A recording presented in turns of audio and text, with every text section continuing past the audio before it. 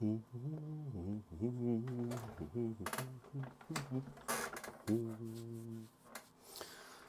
we there? I think we are. Yeah, let's do this.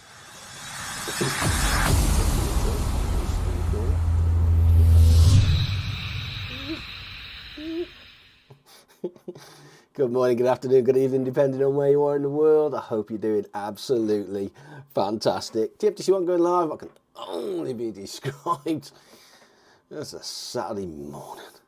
This is a Saturday morning. This is a completely different environment to me. Normally I am on Twitch gaming, playing games with the crew and stuff, but unfortunately that's been put to one side because I need to re-educate myself in the way of basically this, Blue Prism. So this is the Blue Prism University, if you like. So welcome to the university. This is the plan. My goal is to complete the Blue Prism Foundation training. It does say completed. I will explain that. Other than that, yeah, we're going to kind of work through this course. It is 50 hours long, so obviously it's going to be over a few episodes, a few series. It's going to be over 50 hours long, and I made it as far as. So let me just click into it and go into it. It does say course completed, and apparently I have done the foundation training, but I haven't, because the content itself runs from section 1, which is the introduction, to reference material, course evaluation, and the consolidation exercise. So I made it as far as the consolidation exercise. I can't say that for some reason. Consolidation exercise. And the consolidation exercise is basically the whole thing is a package. You then have to build a RPA. So what I didn't do was have time to complete that section of the RPA. But unfortunately, I haven't done this in over 12 months. I haven't been on it in over 12 months. So I use a different RPA. I use Win Automation. Blue Prism is significantly beyond any capabilities of Win Automation. Win Automation was then bought out by basically Windows, which became, what did that become? Power Automate. So there you go. So those that are using Power Automate, I use Win Automation version 8. It went to version 9, and then they sold that to there. So that is the goal. We are going to run the setup. I think it's the setup process. I have to do the introduction. If I don't do the introduction, I can't download the training material. When I did this, the original Blue Prism itself, which is here, was 7.2. So I'm not sure what's changed into 7.3. But as you can see, total automations, we have absolutely 0 here. If I click into processes, default, we have 0 and 0. Well, this is an absolute blank canvas. It is the learning software, which you download from the site itself. Where are we? So if we go back to the site here, you go onto your courses, and then you download the training software from there and install. How you download that, there's probably numerous ways. I was given a link by my company, but there you go. So without further ado, I think we just crack on. We get stuck into the Sign Blue Prism environment, Learning Edition, Foundation Training, Quick Steps, the slides, Foundation Training Setup. So this is where I need to be. But if you want to have a look, so if you want to do the whole course, let's do that. I think it would be better. Let me just reset that.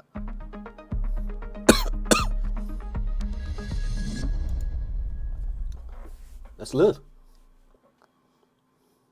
Welcome to the Blue Prism Foundation Training.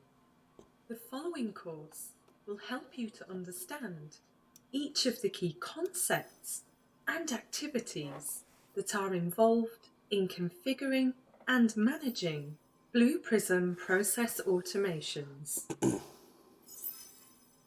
This foundation training course is also the principal activity on the developer upskilling pathway, should you wish to attain certified Blue Prism developer status. Before starting this course, you will need to arrange access to the Blue Prism training environment. There are numerous ways to do this, depending on your individual circumstance. So for details, please see the PDF included in this section.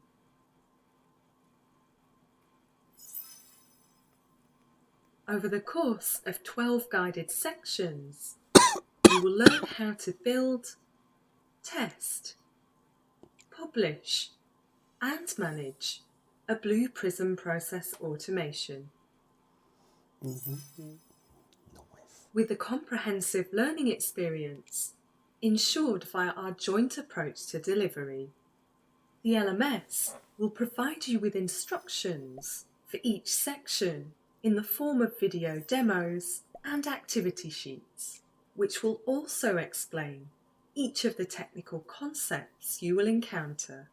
You will then put this knowledge into practice by building your own process automation within Blue Prism.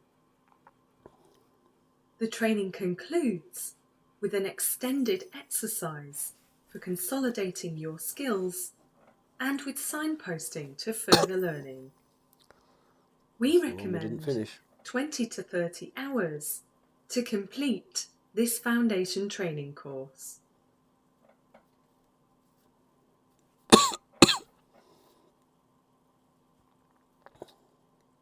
(2019).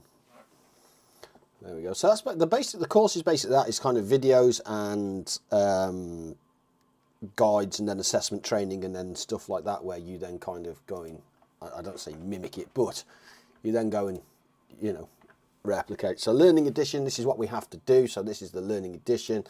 Digital delivery, sign into your Blue Prism portal after learning. I'll leave that there for you guys so you can see. Pause if you so wish. Accessing the Blue Prism. So this is where we need to be, I think. Blue Prism portal is there. Let me just enlarge that for you guys. The learning edition, which is what we have, excuse me. And then we've downloaded the 64-bit. That's, see what you get here as well. You see how it's got learning edition here. Look, 6.10. So this is a little bit out of date. So what was it? 7.3 we're on now. That, when you click download, also sends your license to your registered account, because you have to put your license in as well. Foundation, so this is what we want. Quick start guide setup, I think. So download, yeah, here we go. So this is what I need to do now. Download the extract training files from Foundation Training Section 1. Copy the Centrix Data Solutions exe file to. Did I? I think I might have set that up actually. Let's just double check that. C drive. Where are we?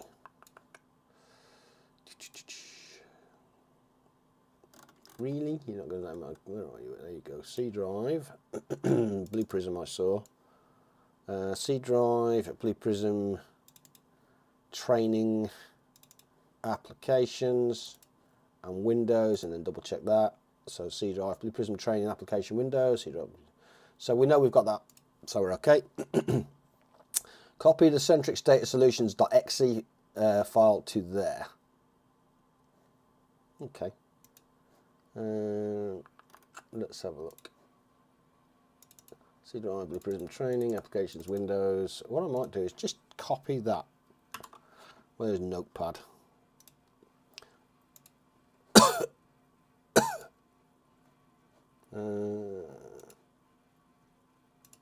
Let's have a look. There we go.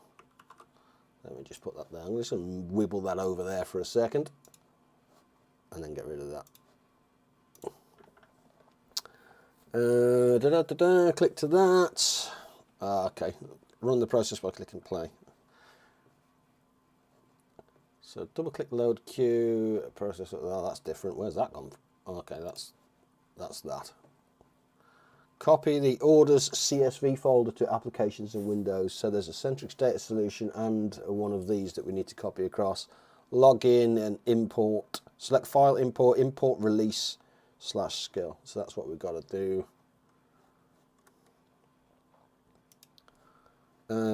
Click this Foundation Training Setup, BP release. Click file, open. Click next to finish. Okay, so let's work through this bit. So we need to download the file somewhere. See, that's kind of cheeky because it's giving you the instructions to download, but we're not telling you Foundation Quick Setup Guide. So here's the foundation. Okay, so so let's download it now. Foundation Training.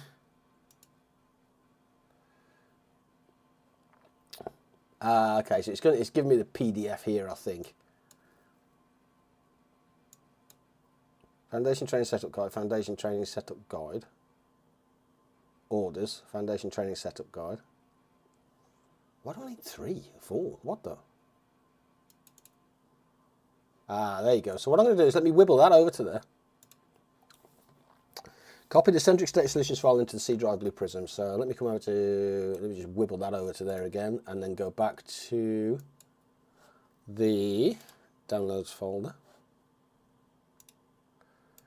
Bish and a bash and a bush.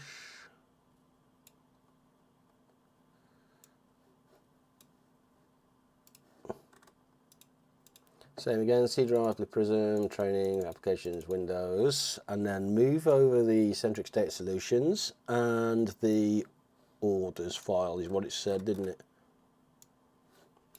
Orders file. FK uno momento, then we'll come back.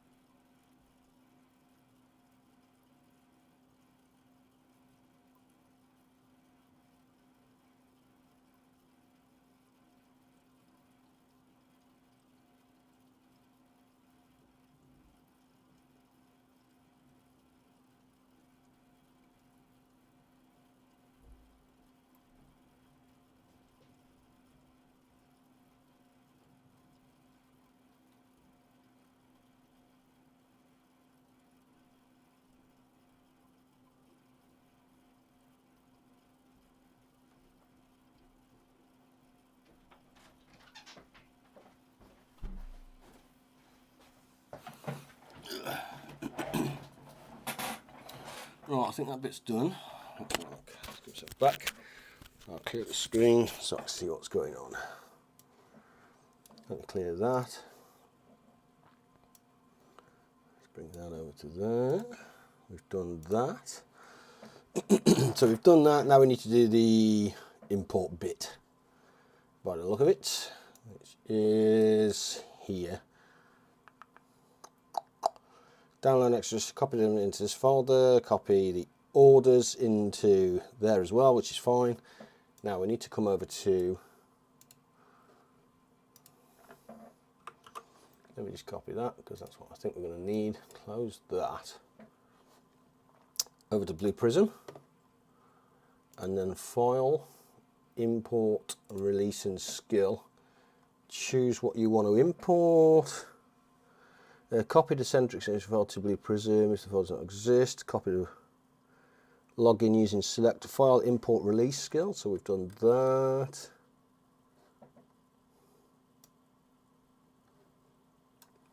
Click the browser and select Foundation Training Setup BP release file. What? Where is that? Where is that?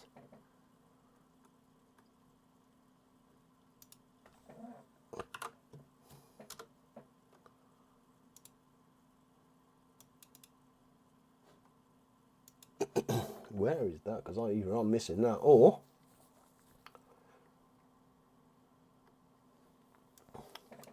BP release file. It's a BP release file.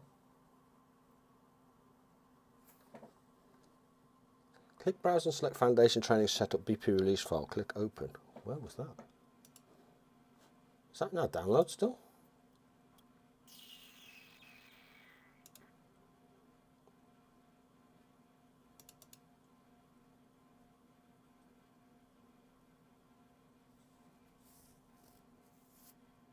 There she is. There she is. Okay. Got you. Interesting. Browse. Have I got downloads on here? Have I?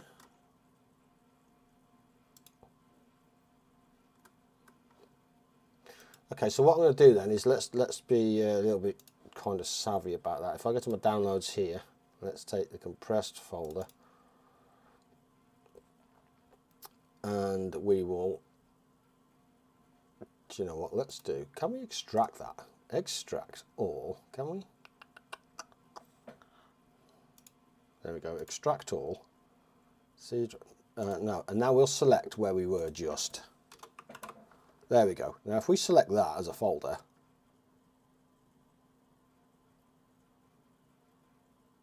oh, that's not what I said.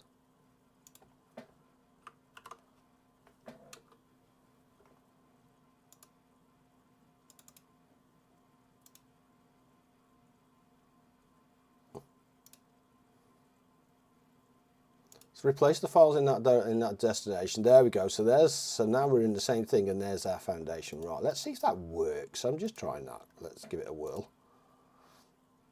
So now if I come up here and paste that in there, there we go. There you go. Jog on. Gotcha. Next. The business object was created in an older version of Blue Prism that treated the embedded application manager mode as 32-bit. As you have installed 64-bit version, the embedded application manager mode is 64-bit, so the business object may no longer work in the target application. If the target application is not 64-bit compatible, please choose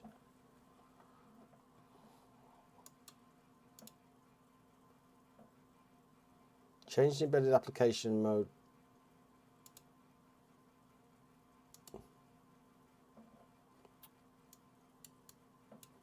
What does that say? Change the embedded application manager. No. Continue to use the embedded application manager mode. The target app is 64-bit. Let's do that. I think that's right. I don't know. I wasn't expecting that. I don't know. Process logging overview. Example process stage is 12. Load Q3. Collection examples 2. Notepad 15. MS Excel VBO 345. Stages with login 29. Login 8. Okay. Whatever that means, I generally have no idea. Release imported to database. Fine. Sweet. What did that do for me? Don't know. Back to the destructions, I suppose. Where's the destructions? Which we've done. So we've downloaded that. View foundation training quick setup. Accessing Blue Prism Learning Edition. Let's go back. Yeah, so we've done that. That's fine. Foundation training quick setup. We have just done that. Click on the studio, double click. Ah, there you go. What's that one there? Foundation training setup. Click browse. Find setup BP release file. Click finish. Click on the studio. Double click load queue in the process section. Okay. Double click on the studio.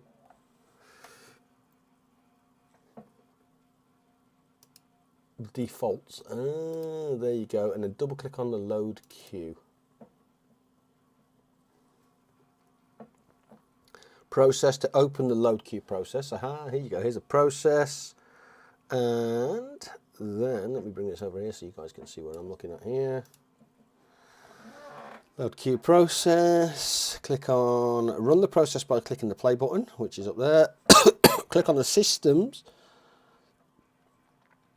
Or the systems icon, select settings from the settings group, locate the local device settings and ensure to start a personal runtime resource is machine when assigned in Blue Prism is checked. Okay, so let's run that. It says to run it, doesn't it? So let's run that. Start, add to queue, end. So that's ran. Bargain. I guess I can close that then.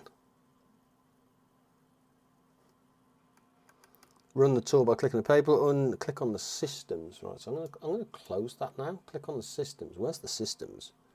Systems. Okay, systems comes under the spanner. Comes under system. Click on the system. System icon. Select settings. Locate the local drive settings area. Local drive settings. And ensure to start a personal runtime resource on the machine when using Blue Prism is checked. There we go. So that is done, he says. So you go. So that's what we did. We've done that up to there, that up to there, that up to there. Bargain. Setup. Ha. Easy peasy. Foundation Training Setup Guide, which is a video. Oh no, it's 15 slides. Okay, I think this is just basically, yeah, this is prerequisites for the foundation course, prerequisites Blue Prism Learning Edition, foundation training. So this is basically what we've just done, consolidated, if you like, into one PDF. Introducing. So there you go. That's downloading the file. Citrix Data Solutions, which is what we've done. Orders we've done, we've logged in, import, bish bash and the bosh. Ooh, in preparation for a section of foundation training and work queue as part of releasing section 5.1 requires a training. Don't think we did that though. So we've definitely loaded the queue. So we've done that.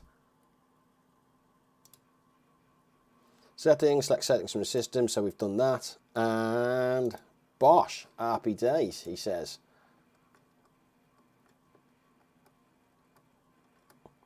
So that's the Express Writing Guide, that's the glossary, Blue Prism video content of whatever. So we don't need to worry about that. So I'm going to take off section 1. Section 2 is the Process Studio. So this is where you start getting into the meats and bones now. The first one is only the setup, which is what we've done. This one is the Process Studio. Let's get jiggy with it. He says, Your foundation training journey will begin with Process Studio. From here, you can create new processes or edit existing processes. Does it sound okay, by the way? I kind of think that's a bit low. A Blue Prism process is created as a diagram that looks much like a common business flow diagram and is similar in style to other process modelling applications that use standard flow diagram symbols and notation. The key difference is that a Blue Prism process is not an inert two-dimensional representation of a process, but is instead a graphical representation of a working computer program, one that will interact with applications, manipulate data, and perform decisions and calculations.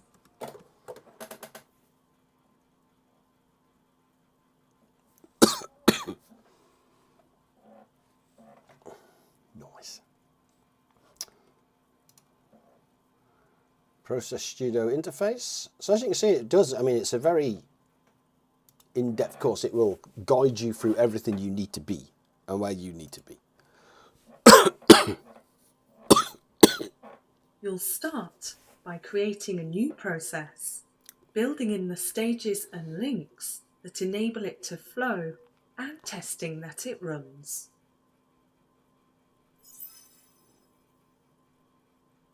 In the Studio area of Blue Prism, right-click on the Processes heading and select Create Process from the menu. Here you go. So what I'm going to do is I'm going to move this now. In the following window, give your process a name. Let me move this now over to this side of the screen, because then we can follow it. You should be able to hear it, but we can then follow it. So let me just go back to where we were.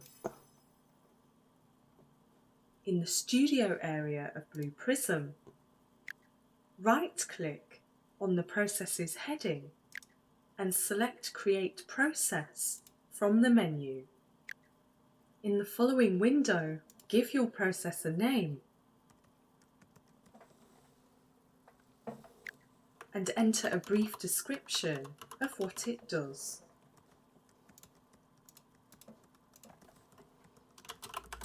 The information you enter here is to assist other users when they are reviewing, maintaining, or enhancing a process. The new process you have created will appear beneath the process heading. Double-click to open it. Process diagrams are comprised of various stages which are connected via links to form logical structures. To add a stage to a work. So these here are your stages on the left. Okay, so can I move that over to there? So these here are your stages on the left. So a link is what links them together. A block is a block of actions, I guess. A process is to process process something. A page is a page. Action is an action. Decision is a choice, yes or no. A flag. In fact, there you go, there is a choice. Calculation is what it says on the tin. Data item are variables. I'm going for. Collections are, no idea. A loop is a start of a loop, I guess. And the end is an end. An anchor is, I guess, just a point in the diagram. Exceptions, they're bane of my life. Recovers and resumes. Okay, let's kind of, let's figure it out.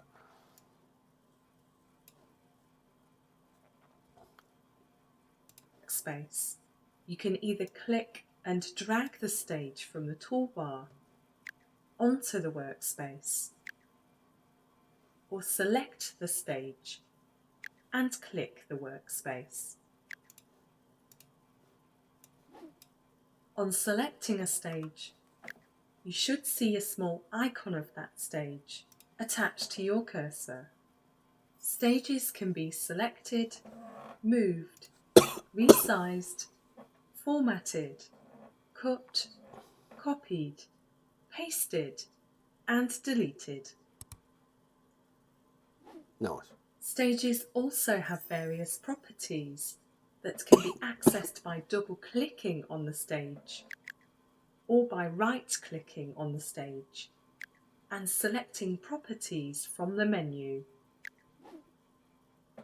Education. To determine the flow of How a you doing, process, Dave? Good to see you. you must create links between each of Hope the you're well, different stages within the process diagram. To do this, select the link stage from the toolbar, then click and drag from the center of one stage to the center of the stage you wish to connect it to. Yeah. So basically, the start is the start of the process, the end is the end of the process, and everything else that you Now put in use between the Go button is the RPA to run work. the process. Top of the morning. Notice how, you doing, how each of the stages along the flow of the process diagram are highlighted as the process runs from start to end. Before attempting to rerun a process, you must always press the reset button, which will return the process back to its original state and clear all data generated throughout its flow. That's interesting. Now save your process. Each time a process is saved, Blue Prism will prompt you for a summary of the changes you have made, which will be stored as part of the process history. The summary you enter here should be a simple description of anything you have changed since opening the process. Okay. I mean, I get it, but I'm not quite sure why I would need to save that. To be fair. Okay, so this is going through the early part of the stage. Okay, yeah, okay. Is where the formulas and logic Let me just come over back to here. There we go. How you doing, Dave? It's good to see you, brother. Decision stage, yes or no? Will rarely follow a single path along a straight line, which is why processes can be given the capability to make decisions and to flow in one direction or another, depending on the inputs they receive and configured logic. Okay. The simplest way to achieve this is via a decision stage. What is this? This is Blue Prism. So this is a RPA. Yeah, it's an RPA application. It's a robotic processor application. This is my day job, basically. This is what I do in my day job. But the Win Automation, I use a program called Win Automation at the moment, which is a little bit old. And Blue Prism is a new automation application. This comes with a university course, which is what we're doing now. So this is the university course, which is, so if I come over to actual Blue Prism itself, this is the course. So I'm on the university, if you like. This is us working through the course from start to finish. 139, 140. I've completed the course, but I didn't do the there's a consolidation test at the end. There's a massive test at the end, basically, and I didn't do the test. I ran out of time due to kind of work commitments and stuff. So, but I haven't used this in 12 months. I have no idea. And if you don't use this in, it's one of those where, yeah, when you do the course, you do the course. But if you haven't done it in 12 months, things in here are completely different to what I use at the moment. But I need to do this. The difference between this and Win Automation is massive. It's vast. It's beyond belief. But if I get accredited in this, even at a foundation level, if I can get an accreditation for this, just to say, yes, I'm capable of doing it and stuff, that then changes my job title to potentially a developer job title. And then that means I can have then compensation package talks. I can have pay talks, basically. But the only way to do it, unfortunately, was something had to go. So streaming had to go in replace of, or let's say a scheduled streaming had to go, because I need to do this. This betters me. And as you know, I'm always one of those people that said, turn me off, man. If you're at college or you're at university, turn me off, go complete your course and then come back. Where I need to do that. So I need to be seen to do that. Lead by example. That's the only thing I can say. So did I miss the boys yesterday? Yes. Did I not play yesterday? No. But at the same time, my two daughters came down yesterday to see me, which was nice. So, yeah. So I'm not finishing streaming by any stretch of the imagination. It's just I need to. Oh, you're gonna make me click and drag. Click and drag. There you go. And then I'll click save.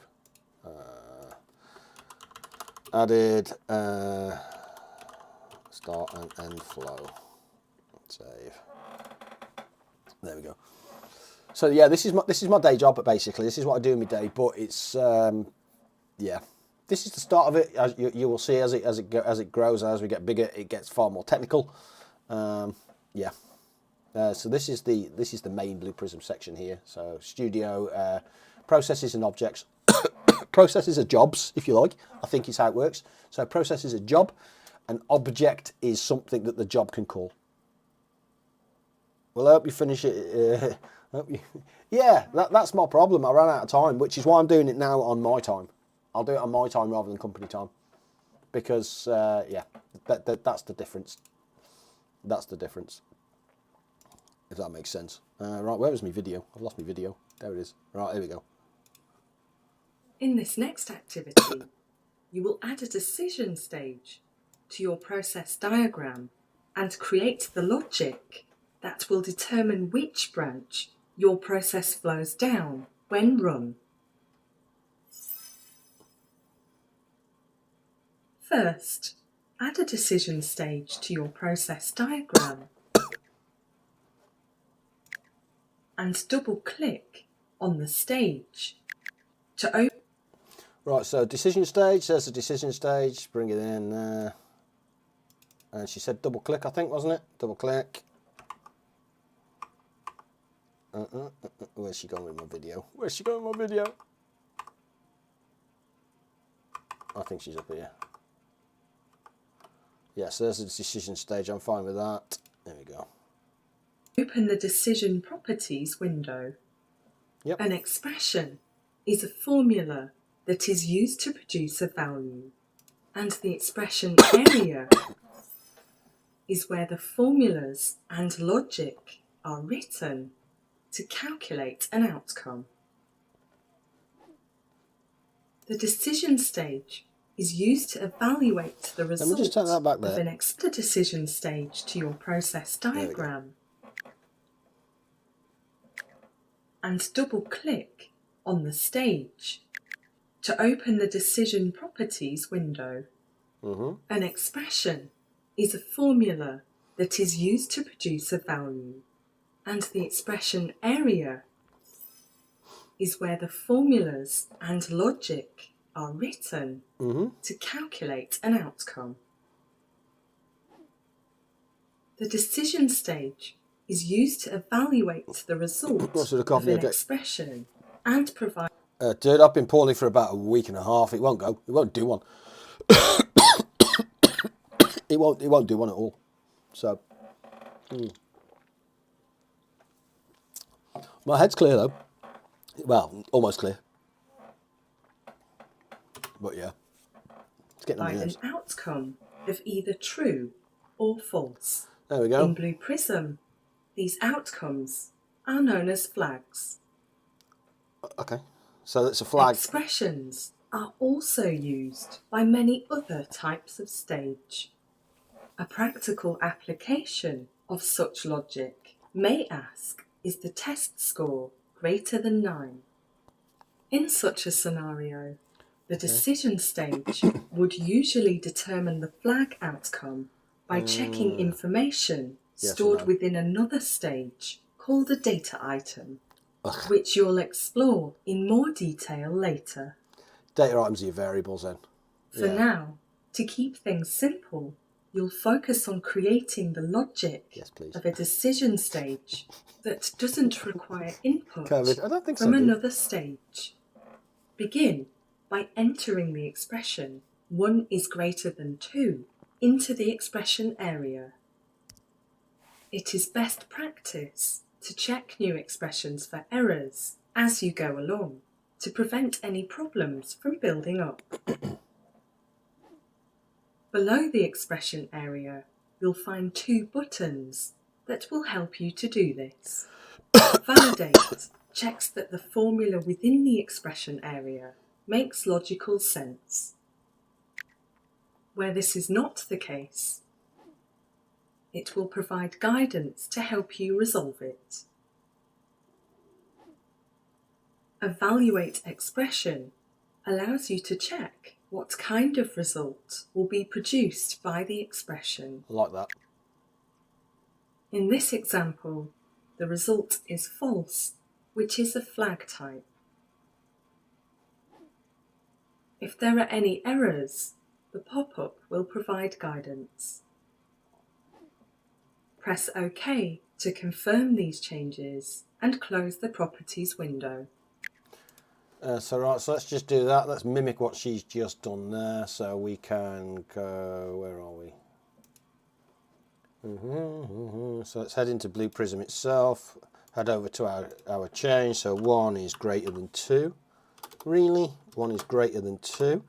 Validate that expression. The expression is valid and click OK.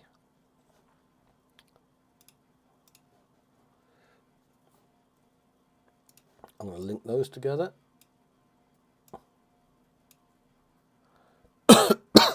So what you can see there is, see how it's gone yes. So there's a yes and a no stage. So this should have a no stage as well.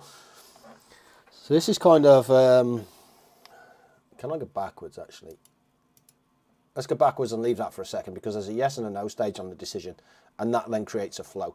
So the best way to describe how this should work is, you know, if you're coming down here, if it's reading from Excel and there's a number in your Excel that says, is it greater than 9? Yes, it goes this way, and then it runs around a loop here of whatever you've coded. If it's no, it runs around this way of whatever you've coded. Everything will always at some point come to an end. At some point, how you get there, as you can imagine, this can get quite complicated, but how you get there is yeah, we shall see, we shall see. Where is my video? There it is. Let's go back up to there. Done. Now you need to attach the decision stage to the rest of your process diagram by building in the two branches. Add a second end stage to your workspace and use the link tool to link the start stage to the decision stage. Now from the decision stage, pull a link to each end stage. We can do that, so let's just do that. Bish bash and bosh, so that brings us out to here. So back to Blue Prism, do what she said there, so we can grab an end stage. So you're kind of mimicking what it is that she's doing over there. We'll grab a link and link down to there, and then it's one to there and one to there. There you go, there's the yes and no branches basically. So is it greater than 9? Yes. Is it greater than no? I know this is basically doing the same thing. This is going to do the same thing. You know, it doesn't matter.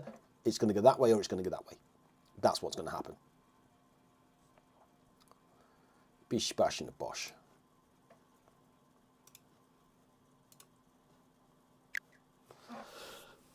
There we go. Notice how one link is marked yes and the other no. The decision stage will evaluate the result of the expression. If the result is true, it will take one direction. If the result is false, it will take the other.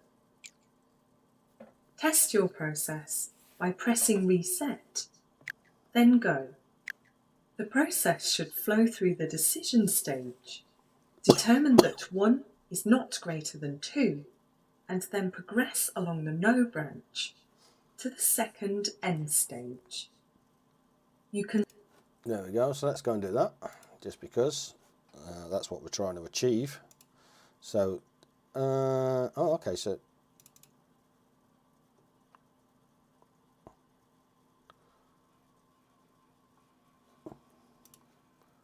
see how yeses and no's, is a yes and no different to my yes and no? Am I missing something there? Yes is right. Okay, yeah, yes is right. So as it is, we'll hit the reset button and then hit the play button. Yeah, go straight to the no. To the no, no, no. Hang on. Why has hers gone to yes? Did hers go to yes? Oh no. Hers went to no. Where's mine gone? No. Yeah, her no's here, look. Ah, her no's there. That was right.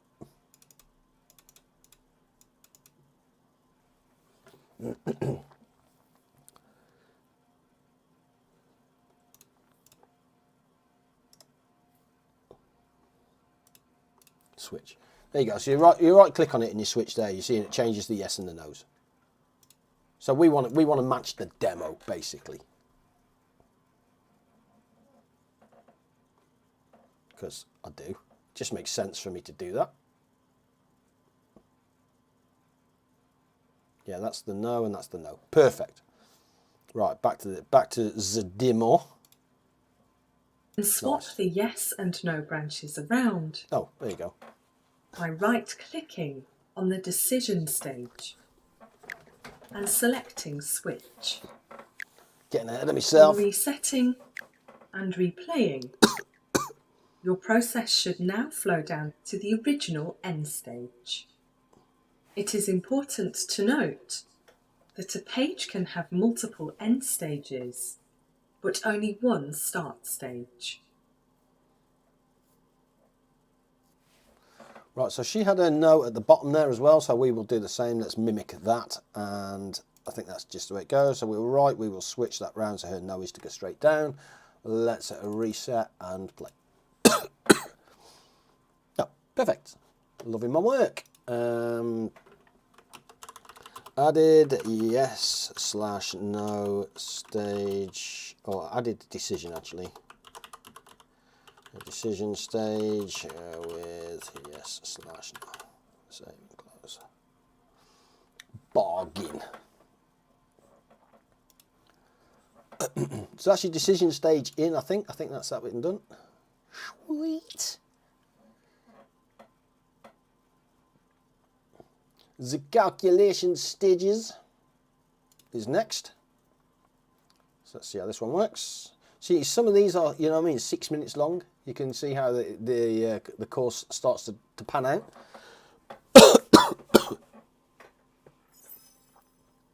Like decision stages, calculation stages use expressions to calculate values, the results of which can be used to determine the path down which a process should flow.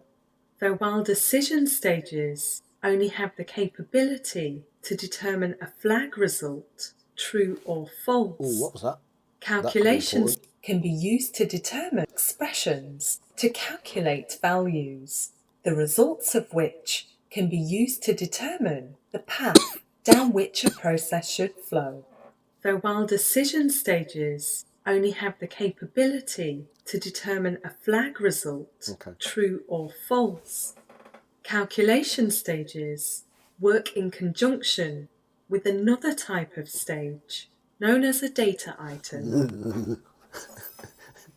And the expressions within calculation stages can use values contained within data items to perform calculations.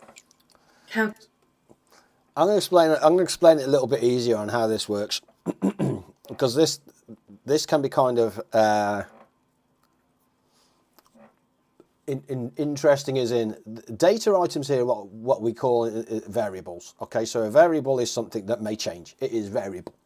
So a calculation stage, instead of going what we did before, 1 is greater than 2, or 2 plus 2, or 4 plus 6 in this case, a data item or a variable can read from, let's say Excel certain square 1, Excel certain square 2, and if it's reading down a list of columns, then this item might change. So it doesn't always remain a constant, hence it's the variable. So what you can then do the calculation stage is you want the calculation stage to look at variable 1, variable 2 equals 10. Is the 10 then greater than the 2? And that's where you then go down your yes or no stage. And that's where these data items or data sets are probably the key to most RPAs. If you get this right and build it in properly, magnifico. You do not want on any RPA, where possible, a constant or a set. If it's constant or a set, put it as a data item. Feed from data items is what I'm trying to say. Calculation stages are dependent on data items to store the result of the expression. There you go. Data items are not fixed values and instead act as placeholders for values. Variables. Yeah, we call them variables. Which enables a greater level of complexity to be built into a process diagram.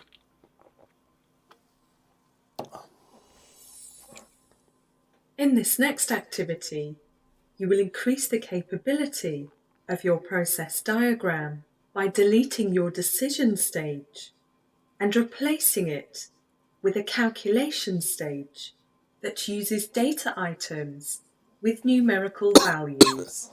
In this scenario, you will be adding together the scores of 2 test papers to determine the final score.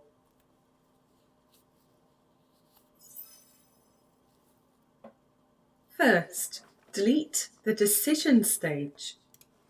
Okay, let's try and let me see if I can move this. Don't know whether this is going to be big enough for you, actually. Well, do you know what? We'll work through it slowly. Let's work through it slowly, and then we can kind of figure it out, because we're mimicking this, okay?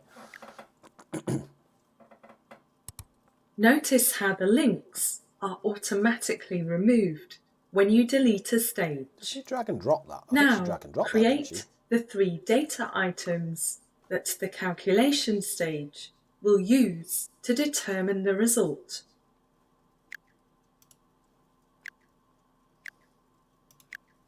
Please note, data items are not physically linked to a process diagram. What did you do? Click there. I never get that. Data item. Where are you, baby? There you are. 1.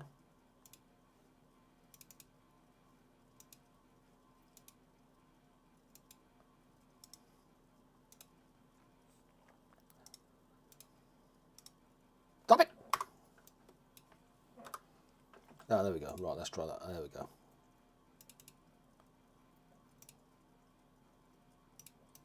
Well, give me my pointer back. Can I jog this off? You used to be able to jog this off. Okay, where are you? There we go. Let's jog that off. That's my first process. Let's get that out of the way. I can move these guys up to there, kind of centralise it all, keep it all nice and neat and tidy. Right, back to the video and see what she's doing. Because we know those three. Diagram, but instead float in the workspace. Double-click to open the Data Properties window. Choose a name. Choose Number as the data type. And input an initial value of your choosing. So score is first paper, number and 6. So let's kind of mimic that. Where are you, baby? So let's come over to here. Let's bring this down. Score of first paper. Description is what it says on the tin. It was, what did we say? A number? Did you say number? And initial value is 6.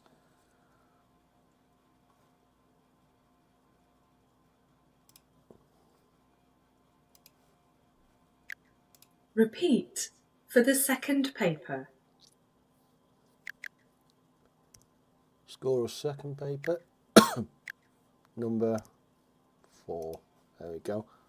So we'll mimic what she's doing, because that's just how education works, unfortunately. Sometimes it's a bit dry like that.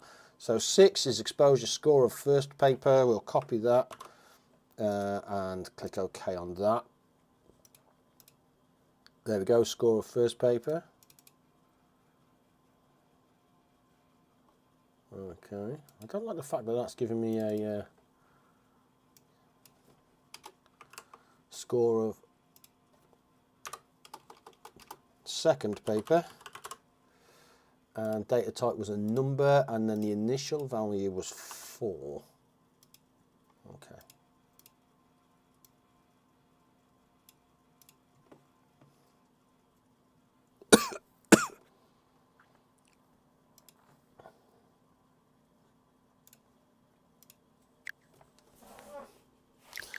Choose. Why has she got the number there? Choose Number as the data type. And input an initial value of your choosing. Repeat for the second paper. 6 and 4, and then it was all the double dots underneath, wasn't it? Let's just double check that. Well, that's right. That's right. That's right. That's right. That's right. So, do I need to? Can I just make it a bit? No. See, that's just a score of first paper. Okay. Dang it! Dang it!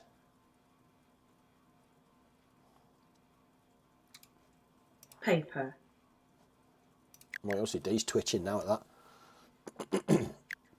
Oh, she's put double dots though. Ah, see the double dots there, the semis.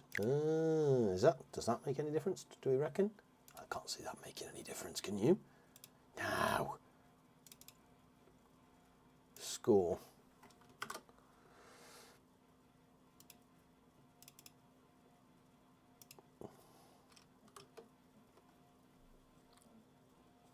See, I would just put paper 1 or paper 2 rather than score of first paper, second paper. Score paper 1, score paper 2.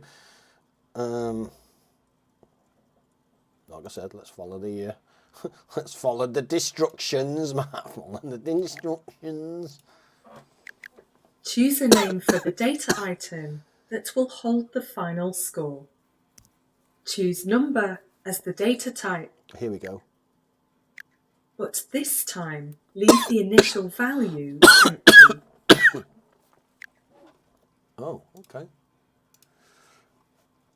So let's have a look. So this is where kind of the automation starts to kick in, if you know what I mean. So let's do that. Let's do final score is what she did, and then she selected it as a number, obviously. and then clicked OK. So there we go, there's the final score. Happy days, and then back over to here, and then now add a calculation stage to your workspace. It's going to be over to here. And link it to the start and end stages.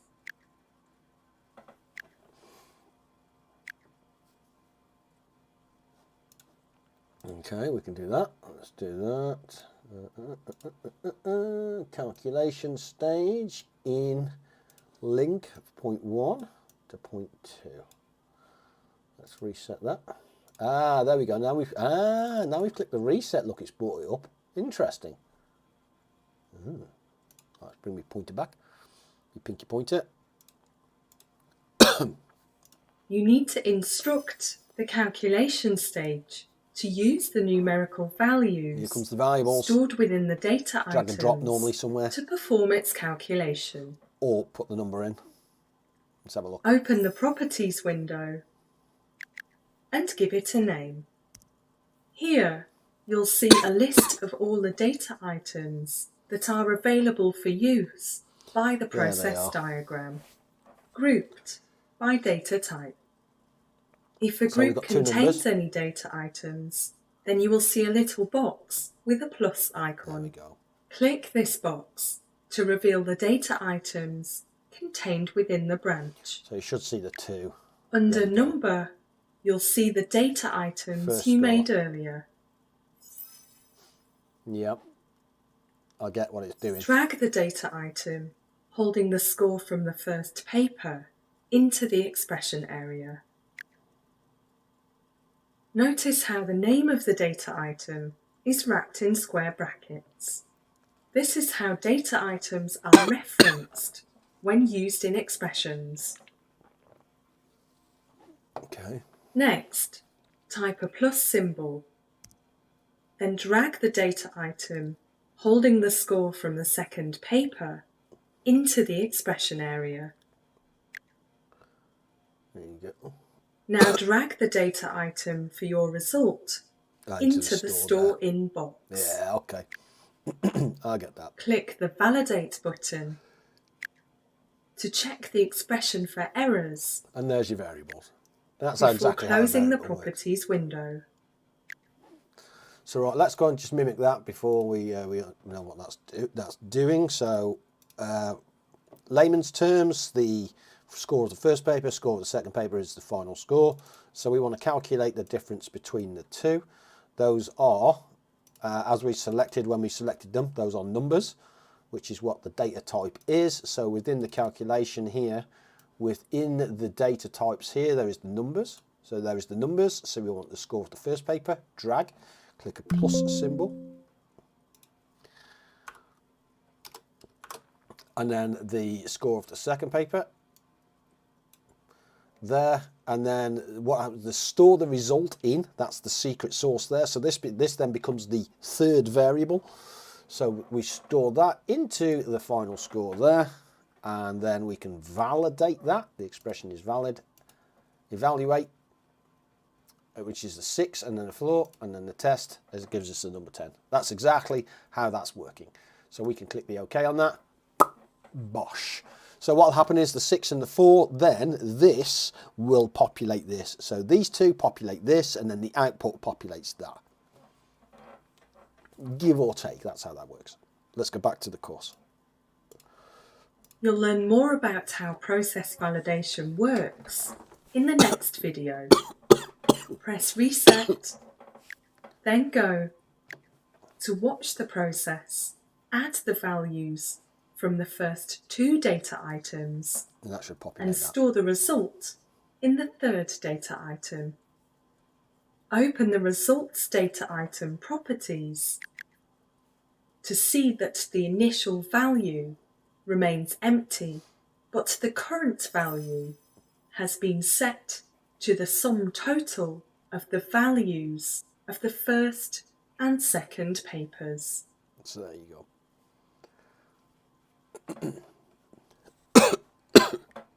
So let me just go and double check ours, and then we can go into a little bit more detail on that. So we can, it says errors in there, but there isn't any errors. Look, let's close all.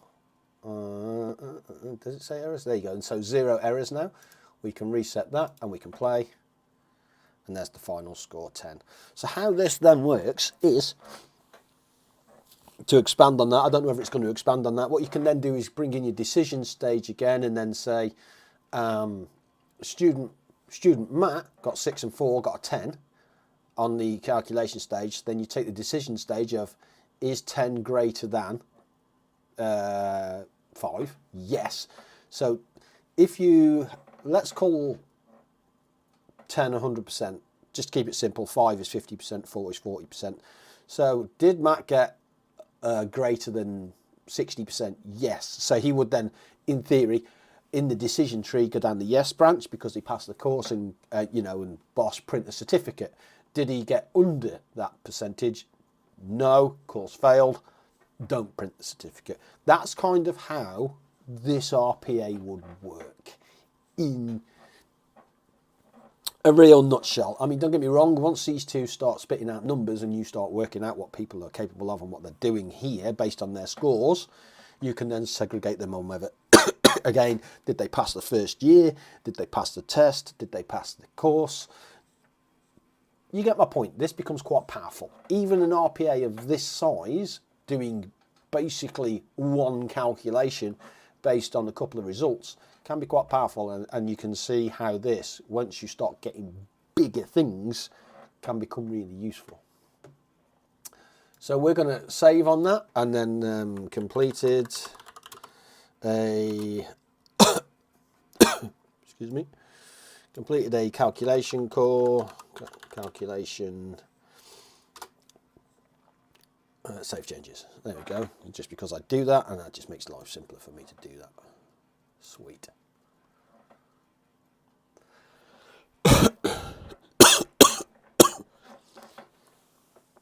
Right, process validation. Let's move on to this bad boy.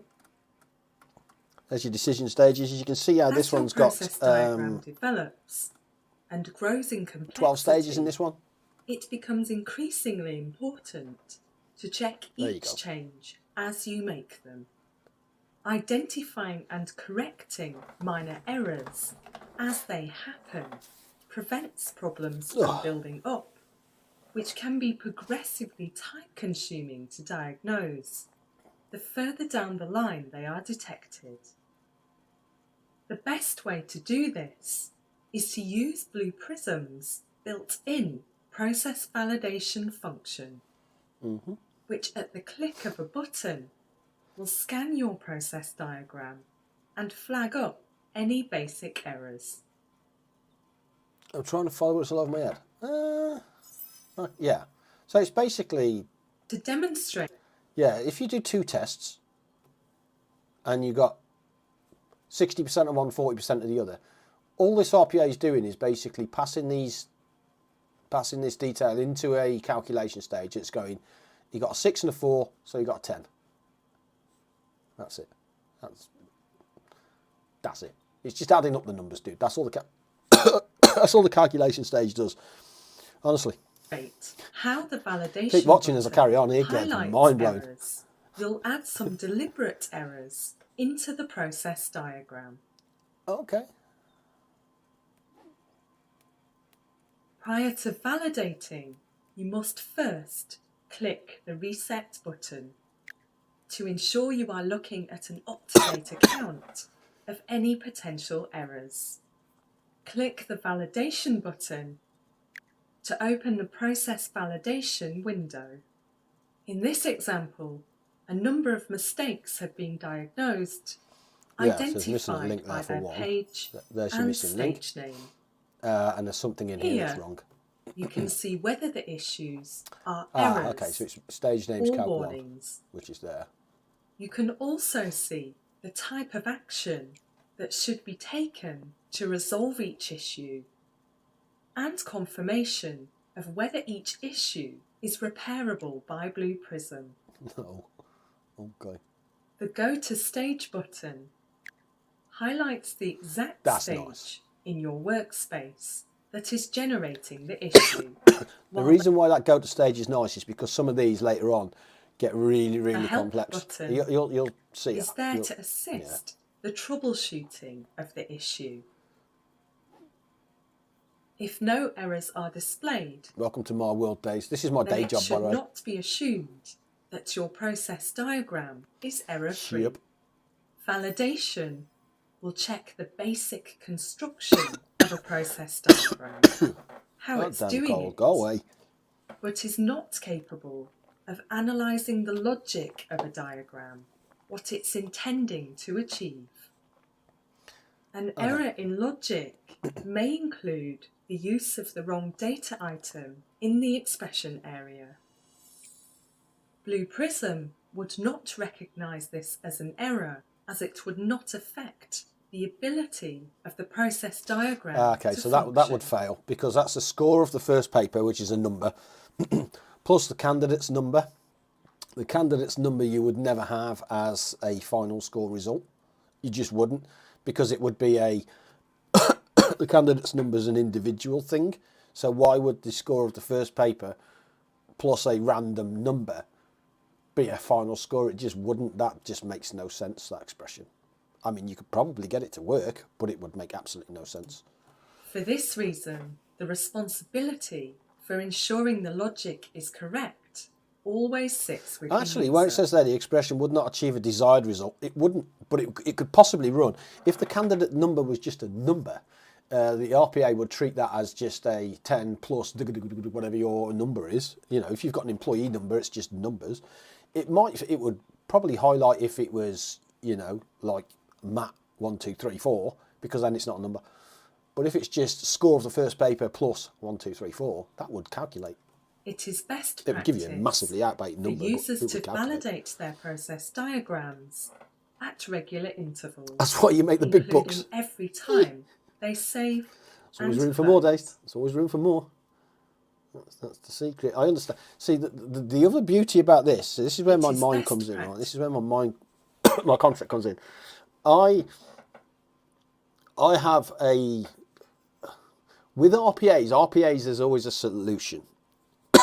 And the difference between what I would classify as an RPA and something else is we get quite often asked to make reports. So if a senior member of the senior leadership team says, I want a report with the headcount and what people are doing and, you know, absent, sick, what they're working on, what they're not working on, forecasting, that kind of stuff, doable. Right? Relatively easy to do. I am the man that will give you that data. Done. What I lack is the visibility in my mind to create that dashboard, if you like. I can't do it. It's not my mindset. It's not my skill set. RPAs, on the other hand, are already a completed solution. What we're doing then is automating it. So I don't have to invent the solution. The solution's been invented. That to me is gone. That's out of my mind. That's not my skill set.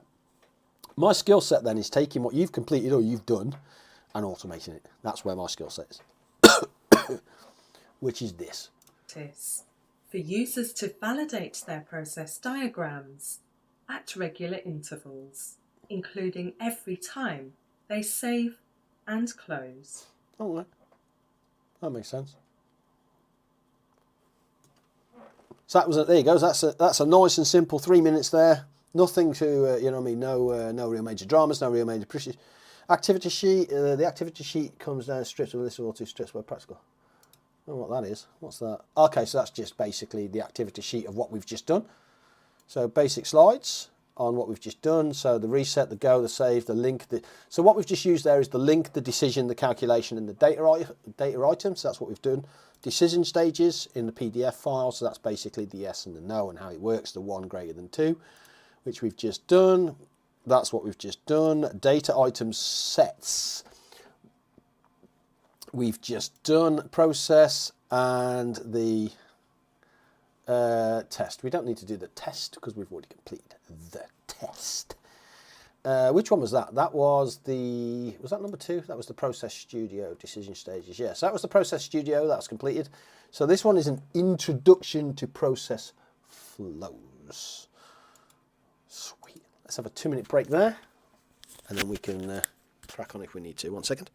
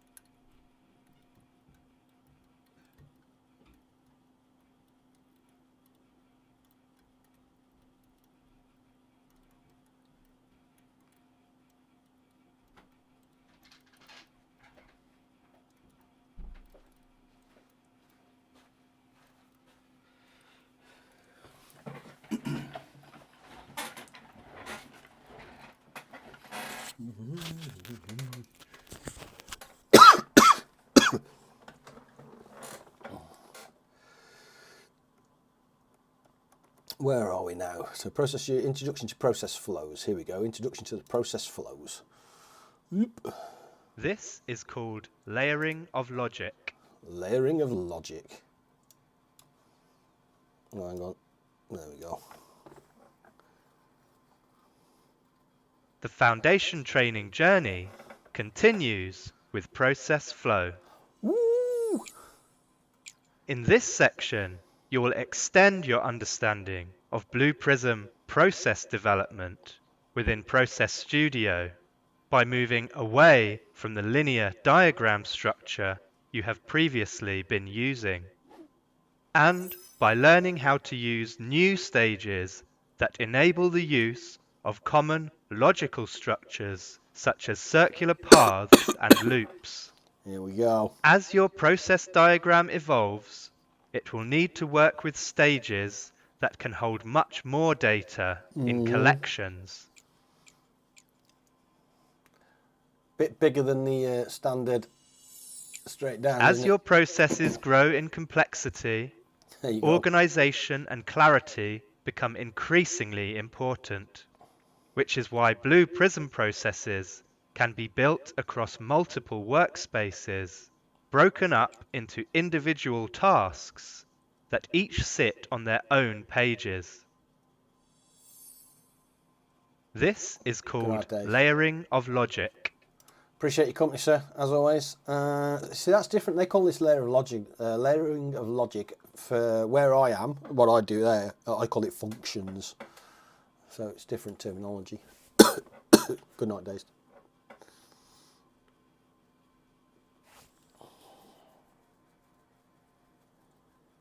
Be on YouTube, brother, if you want to watch it. Feel my pain. Circular paths, here we go. I want to pay attention to this because I've got a couple of processes that I can use already over on that side, on the circular path. The basic principle of Blue Prism is to automate repetitive work. Therefore, processes are commonly configured to repeat some steps over and over again. So far, you have only looked at simplistic linear paths, but in practice, you will need to create process diagrams that follow more circular paths. In this next activity, you will combine all the stages that were introduced in the previous sections to create a circular path. You will also learn to control the number of times the process flows around the circular path to prevent this cycle going around forever in an infinite loop, and ensure the process can progress to the end. Preparation of. Create a new process called circular path exercises. Add 2 data items to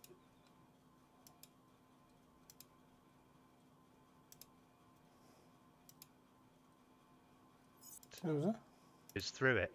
The second data prevent this cycle only look the base times the flow has passed around the loop and exercise and ensure the process. Oh, I missed what I was trying to do there. My bad. Only looked at simplistic and ensure the process. Create a new process called circular path. A new process. Okay, so let's save this then.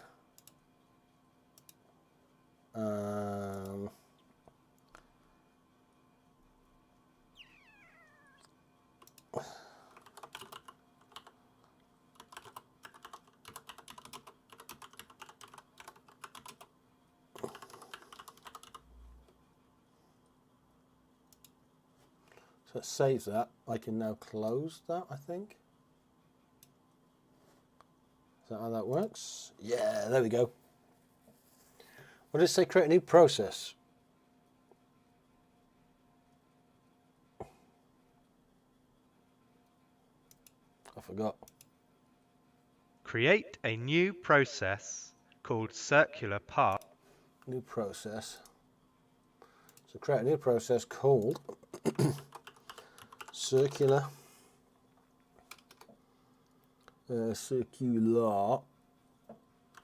path.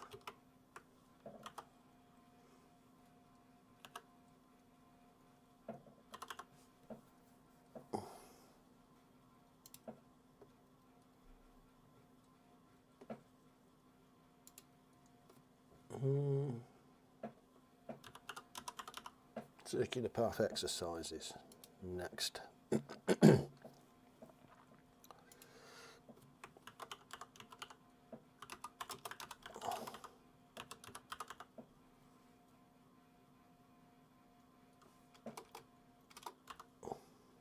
don't know, right, EXE.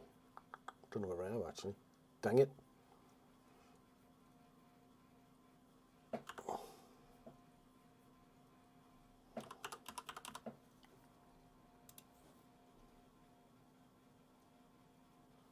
Yeah, there you go.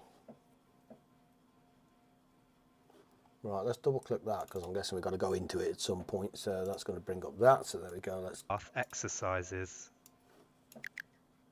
Add Yep, 2 data items to the workspace. How many does it want? The first data item should be named loop count and assigned a number data type with an initial value of 0. Okay. So that wants, he moved 2, didn't he? So data item and data item. That's fine. Data item 1 was a loop count. Was a number. And the initial value was set to 0. Done.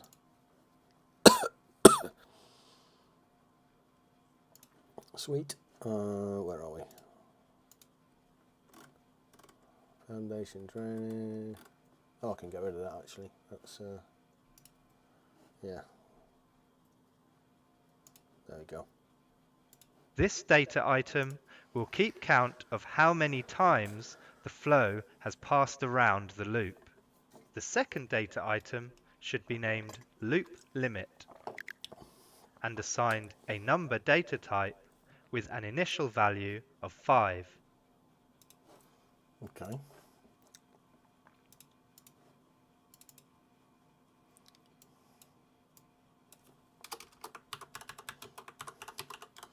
Loop limit. Data type is a number again. Initial value will be 5. Done. 1 error. Loop count, drop item loop count is not referenced. Okay, so there's a missing link. So what it's saying here is my missing link is from start to finish, and then these guys aren't referenced at all. So yeah, at the moment they're a data item, but they're not being used by anything, which is fine. I'm happy with those errors. This data item will act as a limit to the number of loops that the flow can make. Next, add a calculation stage to the process diagram that will increase the value stored in the loop count data item by 1 each time the process flows through it.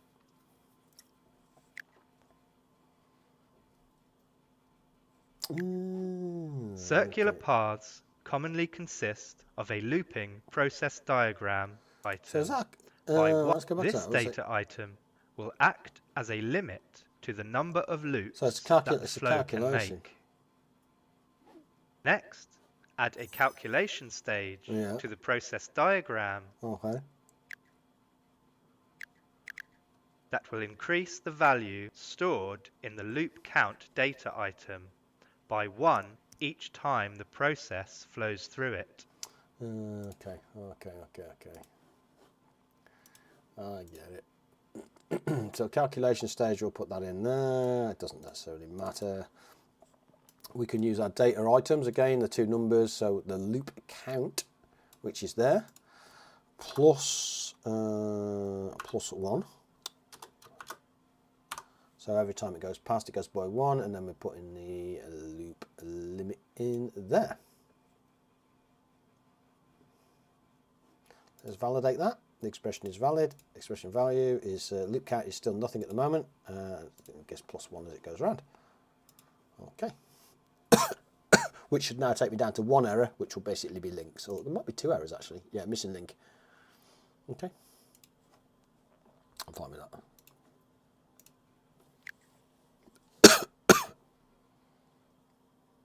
Whoa. Circular paths that in loop count, common value of 5.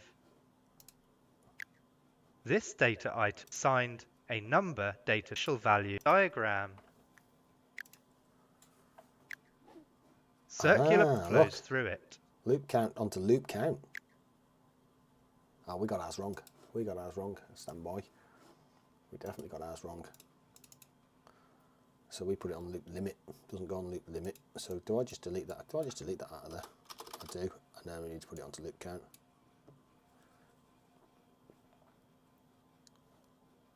Validate, which is good. Expression test 1 done.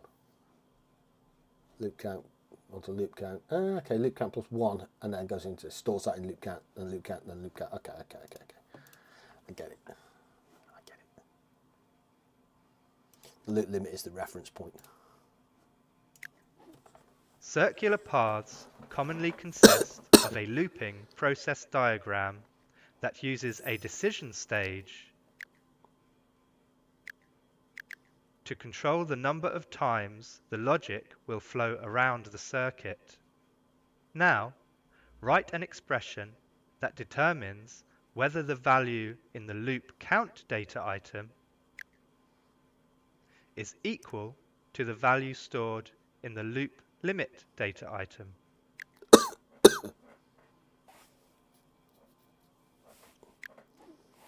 The anchor stage has no functionality other than to enable the process diagram to link around corners. Use the anchor stage to create a circular path for your process flow. Okay. So we need to do a cheeky little decision stage into there. And then just wiggle that up, decision stage into there. Open this up. Does the loop limit, the loop count jog off equal loop limit? Validate, good to do, and then click OK. Anchor stages So one to there and one to there. Sweet. Now, he has done it. He has linked them up. So link one to there, which is fine. One to there, which is fine. To there, there, there, and there. I think that needs swapping around. Well, let's say at the moment, because does that equal that? Yes. Then it should go straight down to end. If it equals that, no, I'm going to change that around. Does the loop? Yeah, I'm going to think that, because basically what that's saying is, does the loop count equal the loop limit? So the loop limit is 5, so it's gone around it once, twice, 3, 4, 5. Once it's reached that, yes, it should go there. I think that's how that's working, and that should clear my errors. Yeah. Although most stages have only one outbound there you link, go. There's the no look. there is no limit to the number of inbound links a stage can have. This means that a stage can be approached from more than one direction. Press Reset to check for errors, then press Go to watch the process loop around the circular path. You should see the loop count increase by 1 with each flow around the path until it reaches the loop limit, at which point it will flow down to the end stage.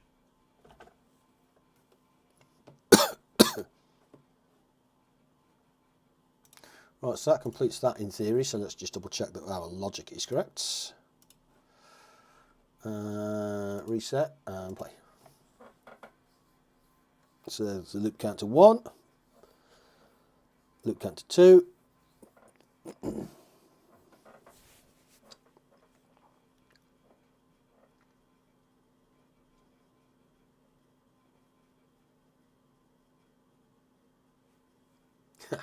nailed it.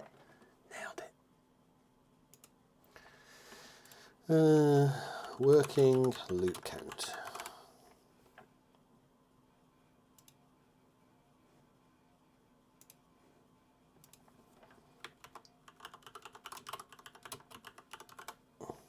Save it.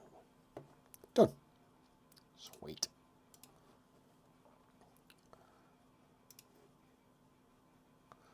So that's done that. Controlling. Here we go.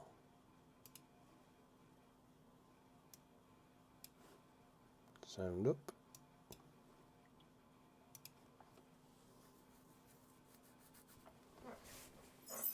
As your process diagram grows, so will your need to run and test what you have built. In this activity, you will learn how to pause, resume, and change the running speed of a process.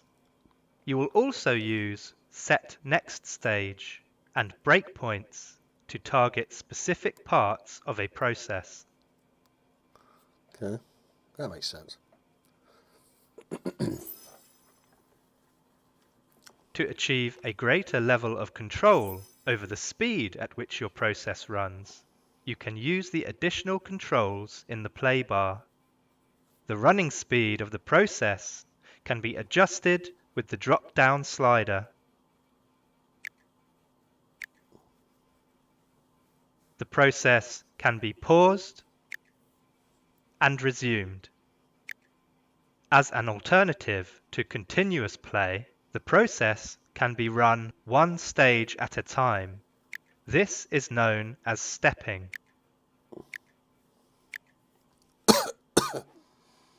To check whether the process flows as expected through a specific part of your process diagram, or to replay part of a process diagram, you can skip straight to the relevant section and run from there. This can be achieved by right-clicking on a stage, choosing Set Next Stage from the menu, then clicking Go. Though please be aware that set next stage can disrupt the process flow if the logic contained within the chosen section is dependent on the stages that are skipped over. Set next stage does not fast forward or rewind, but simply jumps forward or back. A process can also be set to pause on a specific stage when run. These are called breakpoints. Breakpoints are only used for testing purposes and only function when the process diagram is open, meaning they are ignored when run from control room. Good to know. Good to know. Well, that was just a 3 minutes of basically controlling your flow. That's fine. This is where collections and loops will be interesting.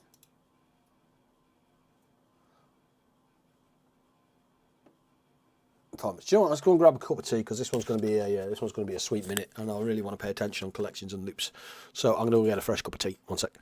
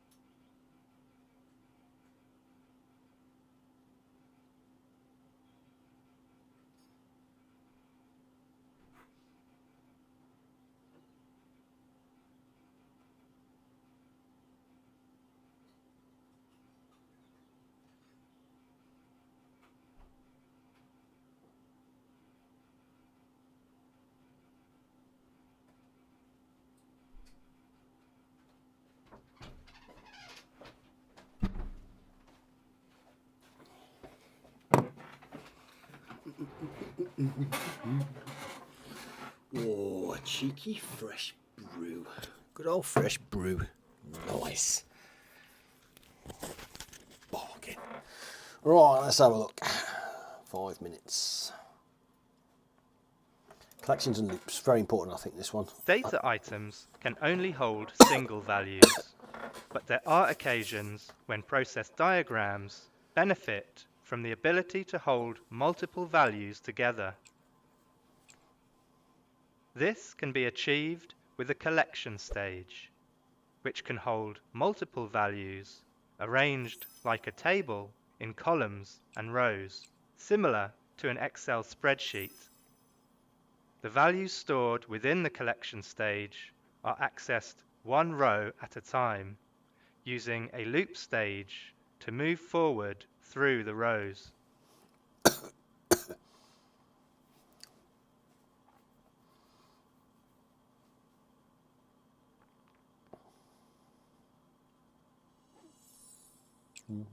In this next activity, you will use a loop stage to work through the data stored within a collection stage. This one's important, I think. You will also use a calculation stage to multiply the quantity value for each order in the collection stage. So this one forms part of your main test, I think. So when you start processing orders and stuff, because that's where the orders comes from.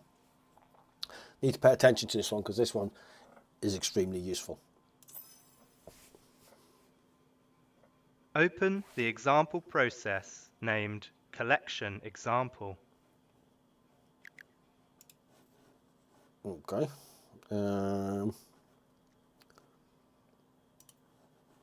Where is my blue prism? Let's close that, that's fine. Where's blue prism? So that's a decision stage. I'm going to save that then, save as, what do we have there? Working loop counter. Working loop counter, save changes, and then we can close that. Back over to blue prism, and what was it called? Dang it, forgot. Let's go back. Open the example process named collection example. Collection example, that's what we want. Collection example. Blank. Oh, okay.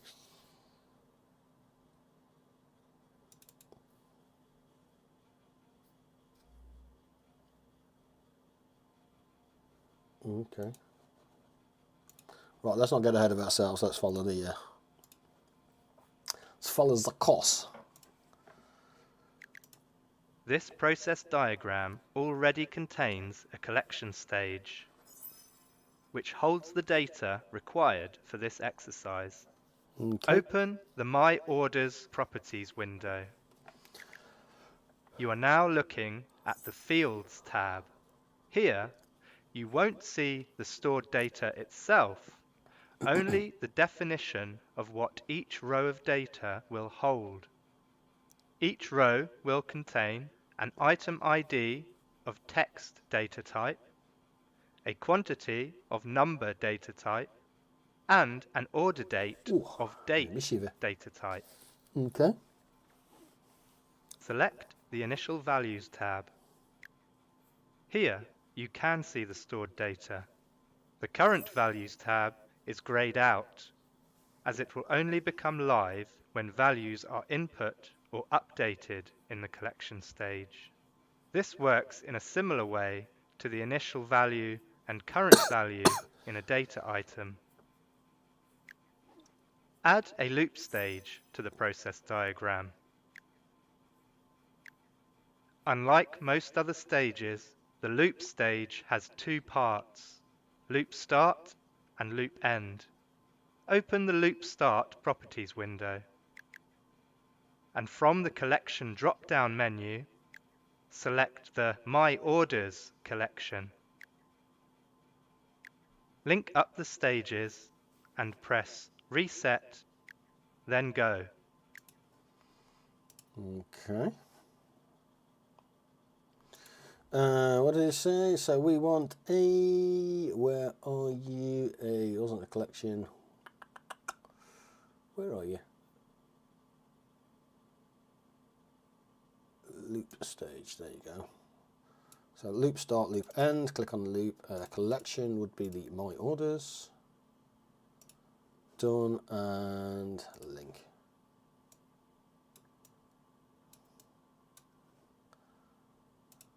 Reset, no errors, play.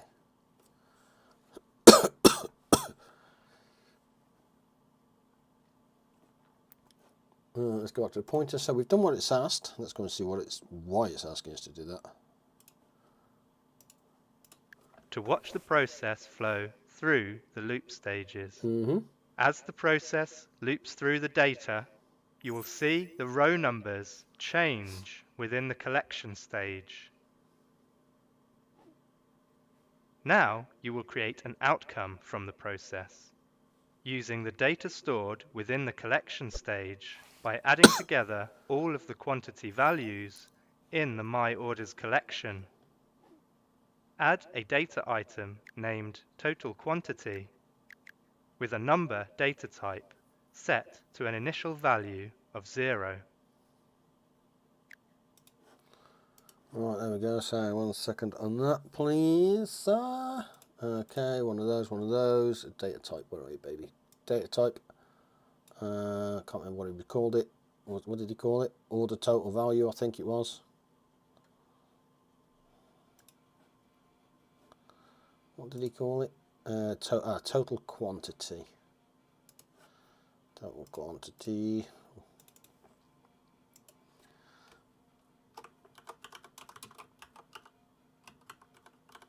Total quantity. Data type is a, did he say number? And then set to 0. Initial value is 0. I think he said number.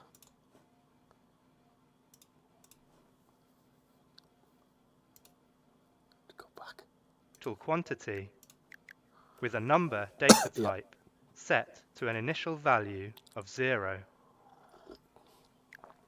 Yep. Add a calculation stage in between the loop start and loop end stages and link them all together.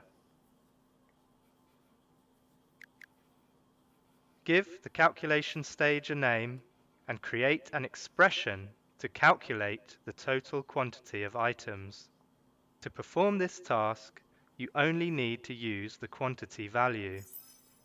To reference a particular collection field in an expression, you must include the collection name and the field name, separated by a full stop and placed between square brackets. This is called dot notation. Now press reset and go Ooh, hang on a minute. to watch. My orders dot quantity.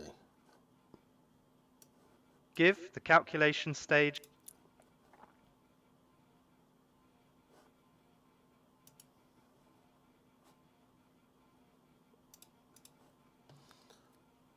What did we say? So we had a calculation stage locked in there. Ah, there you go. My orders dot quantity plus. Is it total quantity? your name and create an expression to calculate the total quantity of. My orders dot quantity. See, how he's got a space there. Why has he got a space there with the plus? Total quantity equals total quantity.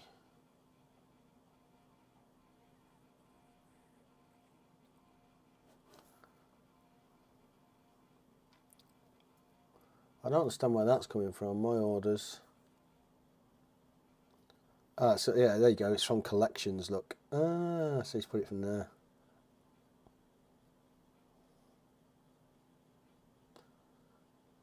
But has he taken that one there or that one there?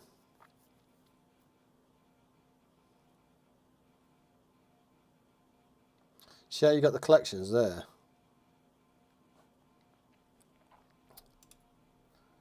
Where's he done? Where's he? Value in a data item. Add a loop stage to the process diagram. Yeah, we've got the loop stage. That's Action. And press Reset, then Go fine. Here we go. to watch the process flow through the loop stages.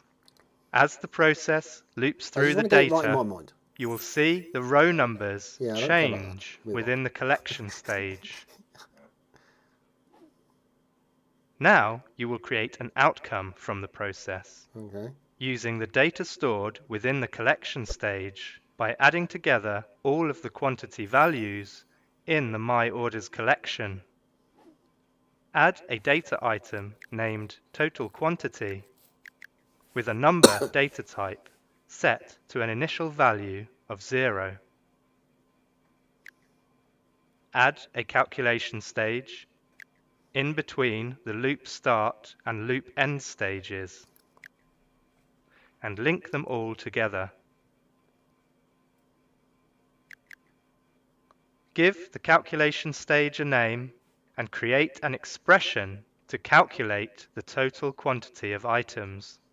To perform this task, you only need to use the quantity value.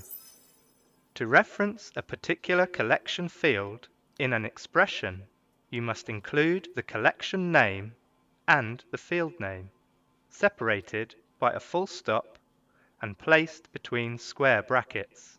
This is called dot notation. Now press Reset and Go, So I'm and going to link copy them what he's all just done there together. and then see if it's...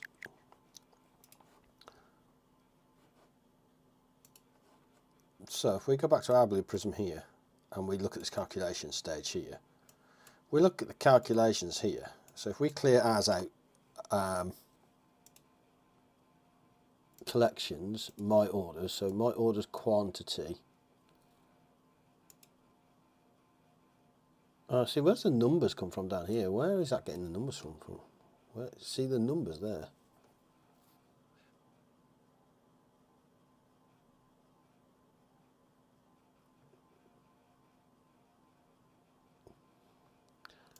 So it's got to be that, because that's a... It's got to be that space plus onto total quantity. Validate. The following errors occurred. Stage store result does not exist. So if I go back to that. Okay, it's because I haven't given it an area to store. What did he use?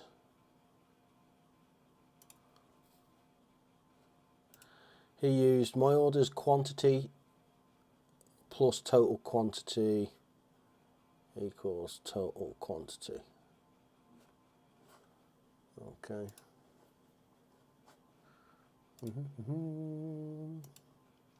Equals total quantity.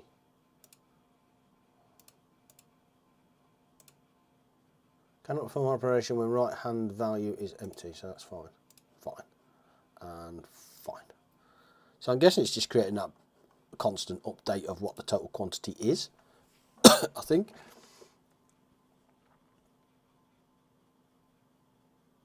Yeah, so Give the calculation stage a name and create an expression to calculate the total quantity of items. Name is called add quantity, is it? To perform this task, Add quantity.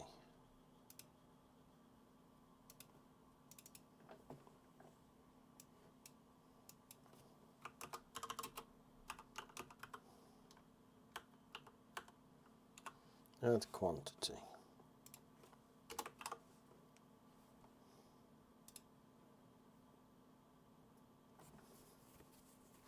This gives you the total quantity. Okay. Makes some sense. you only need to use the quantity value.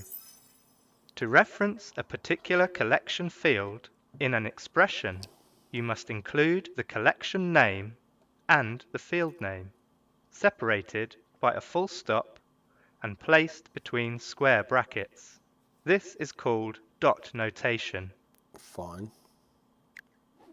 Now press Reset and Go to watch the process work through the 3 rows of data, adding each quantity value to the total quantity until all rows have been processed.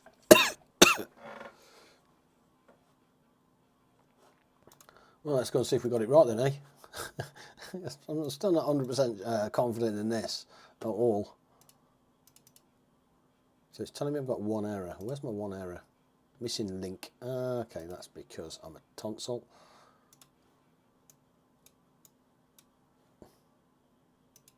There we go. Play. There's the 3. There's the 11. And the 16. So let's just double check that that is right. Initial values. Yeah, 8, 9, 10, 11, 16 says the quantity in a number, and then we've used the quantity in the calculation stage. So my order's quantity, so the total equals the total, plus equals the total, plus to a total quantity. Okay, so it adds it all up and then puts it into a total quantity and dumps it into total quantity. Now I get it. Now I get it. Okay.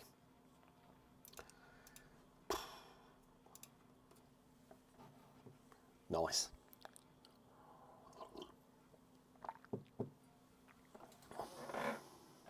So this is where I would kind of like to highlight that and then be able to come back to it at some point. That would be nice.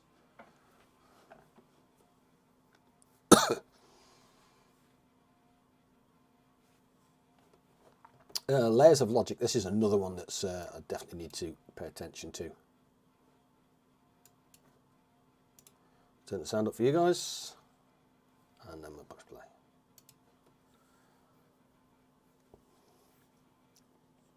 In practice, processes commonly contain large numbers of flow structures, stages, and data items, requiring a significant volume of workspace on which to arrange them. To make this more manageable, process diagrams can be split into different sections, each on their own page. So this is different. They call it layers of logic. In Win Automation, it's called a function. So what happens is for instance, if we were to break this down into 1, 2, and 3, of 1 would be open Excel, 2 would be, do what you need to do, and then 3 would be close Excel, so on and so forth. So open, run, close. So what would then happen is on the main page, I would have open Excel, which calls this function, process, which calls this function, and then 3 close, which would call this function. That's how it works in Win Automation. So the layers of logic is different in this kind of scenario. Which are arranged in a hierarchy. Layering in this way carries the benefit of making unexpected errors easier to isolate, identify, and fix. It also helps to keep things clear and intelligible to others, as in practice, processes are generally shared documents, worked on by many individuals. In this next activity, you will learn how to add, delete, and organize pages within your process. You will also learn how to use the page reference stage to control movement between the pages within a process. So the page reference stage is what the function is. So where we would say run function 1, open, run function 2, process, run function 3. So they call it a page reference. So a page reference is run the function. For this activity, you will continue using the circular path exercises process. So circular path exercises Right-click process. on the main page. So circular path exercises process. So let's go and grab that up first so we're all on the same page. What's this? This is a quantity count, isn't it? So quantity count completed. Save changes. And let's close that. And then, what was it? The loop count, wasn't it? So if we go to our circular path, there we go. So what this does is, believe it or not, is this then builds up. So what will happen here is we'll change something here, and this gets bigger and bigger and bigger, and eventually it gets to the point where when you do your test, you can just call this and in. Do you know what I mean? So this is all part of working towards your accreditation on your bigger test.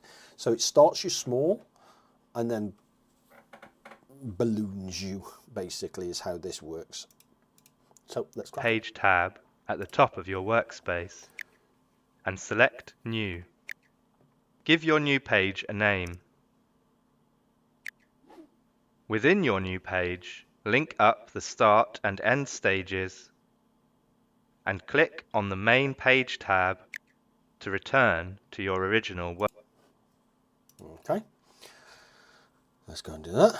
So this is the circular one here. I'll say go. So that's the main page. New page here. So page 1, Bosch. Yep, and then link up.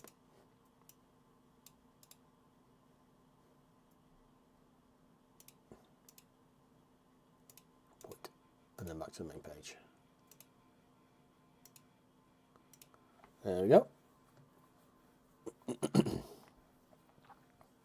So this is what I was saying. So so actually got main page here.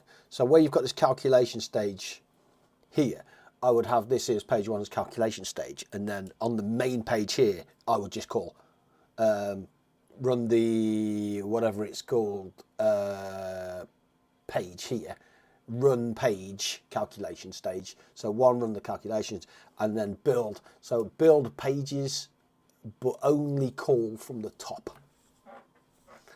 And that's the way I would do it. I don't know how this is going to do it, but that's the way I would do it. That's the way I do it. At the moment, anyway. Workspace. Select the page reference stage and add it to your process diagram. On placing, a new page wizard window will appear. Create a reference to an existing page, then select page 1. Via the page reference properties, you can see where page references are defined. Connect your page reference stage to the rest of your process diagram. Press Reset, then Go.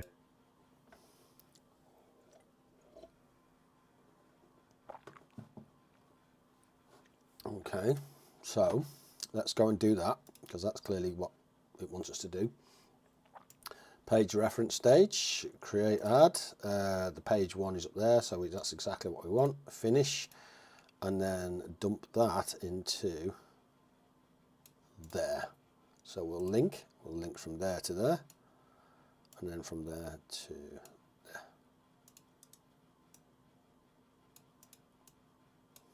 Really? Okay, so let's move.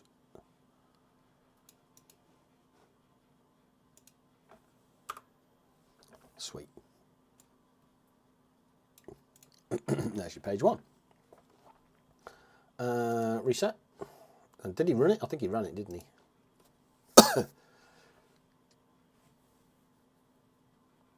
Does that go back on the loop though?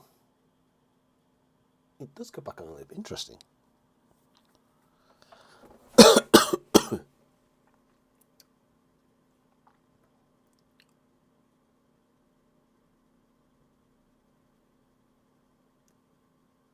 Got it. So you can have pages within pages within pages. So this page, so you could have main page calls this page, which could then calls this page, but goes to page 2, 3, 4, 5. So yeah, that could be interesting. To watch your process step from the main page into page 1, Yeah. and then back to the main page. Yeah.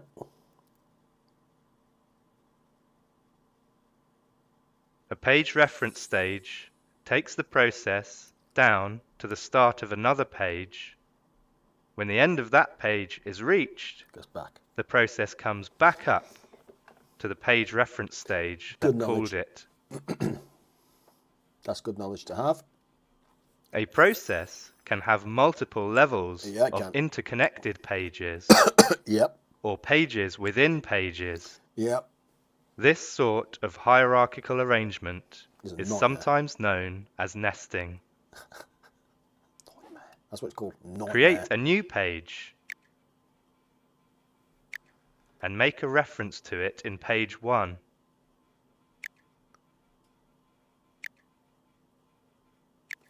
Yeah, Ensure this is what I'm saying. everything is linked on your pages.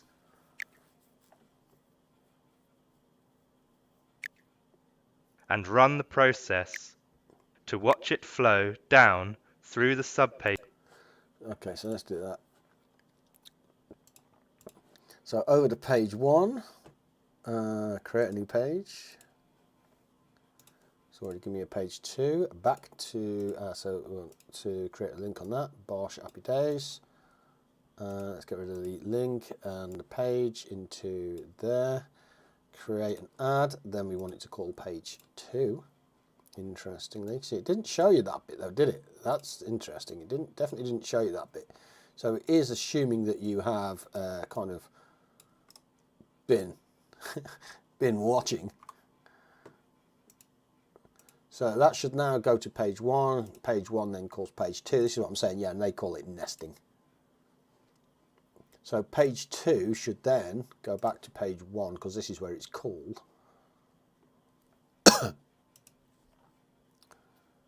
Let's reset that and click play.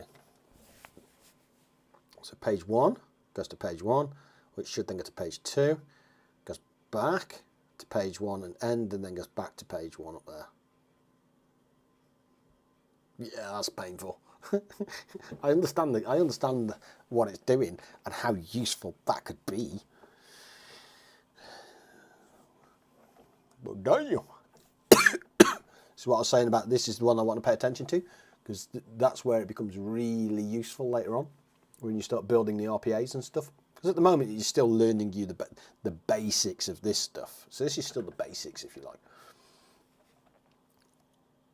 There you go, perfect. So that's worked flawlessly.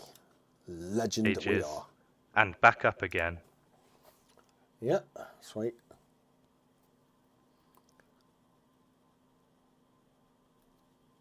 Next, you'll delete a page and reflect upon the results of doing so.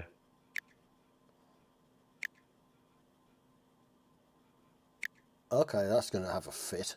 In page 1, open the Page Reference Properties window. The page reference has now changed from page 2 to none.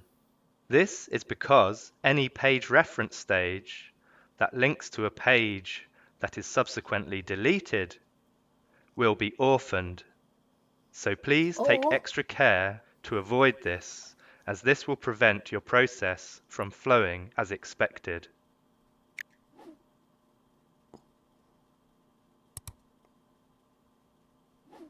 Now, you'll learn how to transfer the logic built within one page onto a subpage. Hang on, so let's go back to do what they've done. They've got main page, page 1, and looped out. So let's do that, because if we don't do that, we're not following that, and if we're not following that, that's just not good enough. So let's just delete that. Bosh, happy days. Head on over to page 1. Let's delete that to get that out of there. Put the link in to start finish, and that should be good. So let's save that as nesting pages, nesting page 1. Save, done. Go back to main page. Happy days. Right, back to the video. Good. On the main page, draw a selection box around all of the stages on the page, excluding the start, end, and page reference stages. Cut the selection from the main page, paste the selection into page 1, and relink all the stages. Now link the stages on the main page via page 1. and run the And process. you remember me saying about the main page calls the lower page? That's exactly what he's just done here. So the main page, so you see we've got page 1. So the way I build my RPAs is exactly that. So start would go to page 1, which would then complete that, which then pops back up, goes on to page 2. This is functions. I call these functions. Yeah. So that'll go to page 1, that'll complete the count, and then go back up to the hierarchy and click end. So he's just layered it down a level. Bosh. Right, let's go and complete that task so we are aware of what it is that we're doing.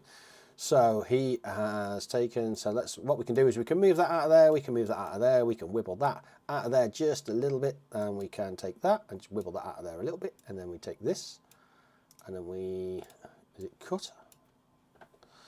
Right click, cut, there we go, over to page 1. And then what we can do is we can paste that into there, like so. Happy days. And what I can do actually is just take, I should just be able to link that into there, that into there, and it looks like it's missing a anchor point.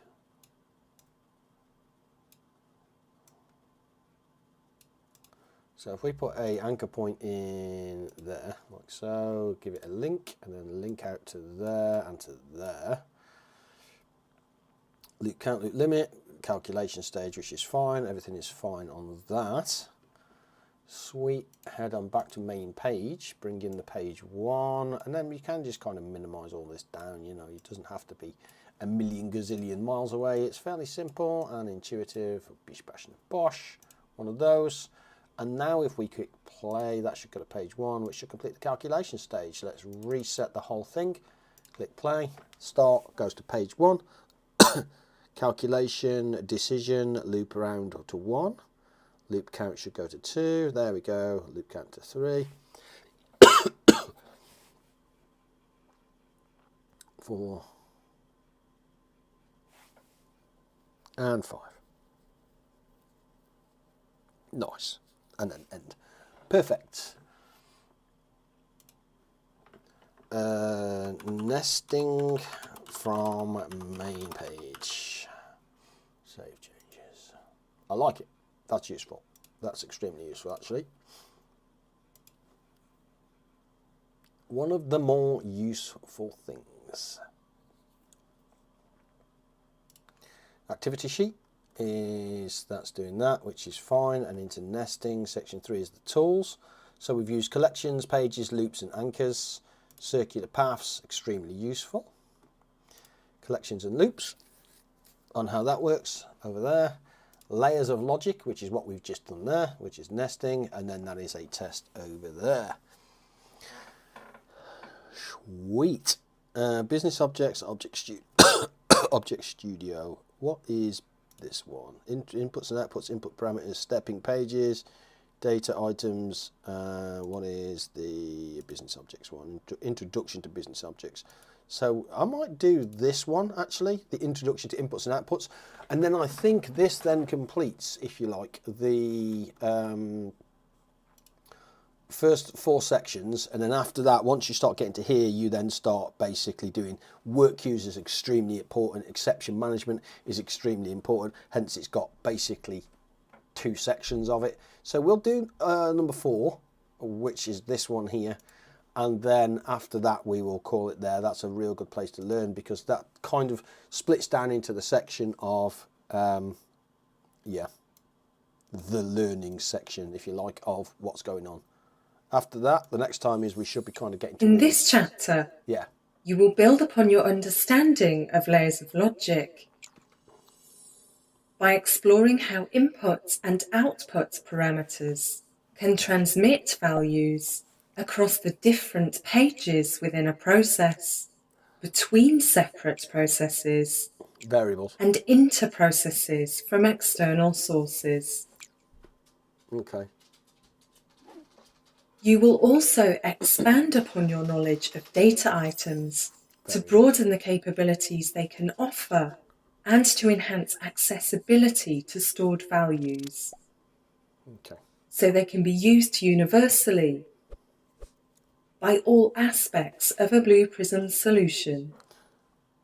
One solution? Yeah, so that'd be one solution. That'd By be the the solution. end of this chapter, you will begin to widen your focus out from Process Studio to cover more aspects of Blue Prism solutions. Okay. Nice.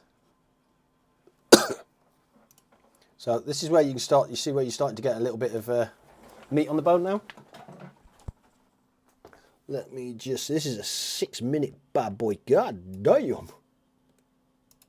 Let's do that. Let me go and grab some liquid stuff. You alright there, Dee? Good morning, my baby. Daisy has come down to join us. Right, grab some liquid refreshment. You okay, my baby?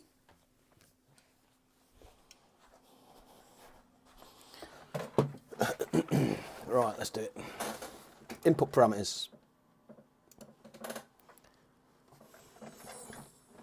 When a process steps from a page down into a subpage, a value can be passed down to be used by the subpage to perform a task.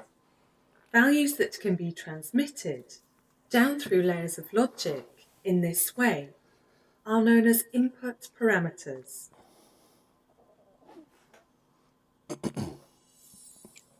The use of these enable more efficient distribution of tasks across multiple subpages, making processes easier to maintain and keeping everything. So what you can use as an input parameter here, for instance, is a username and password. Username and password might be required on 1, 2, and 3. So what you do is you create the data variable, if you like, of your username and password that can then be passed down to these when accessed or when needed. That's basically what it's trying to say. Being clear and intelligible to others. Before a process begins any of its tasks, it is possible to transmit an external value to the start stage on the main page. Useful. To determine how the process should flow. This is performed by a special kind of input parameter known as a startup parameter. Yeah, so a startup parameter is, again, if you were as a user, you know what I mean? Yeah, so your startup parameter is username, password. So you put your username in, you put your password in. That then is your startup parameter that then gets transmitted down within the RPA solution. In section 3, you built a process diagram in which all aspects required for the circular path to flow were contained within one page. Yep. In this next activity, an input parameter will determine how many times the process will flow around the loop. Yeah, because we're flowing You'll 5 at the achieve moment, aren't we? this by setting up an input parameter Okay. and establishing a relationship between the page reference stage on the main page and the start stage on page 1. Fair enough. Input parameters will then be used to transmit values from the upper page down to the start stage of the lower page. Mm-hmm.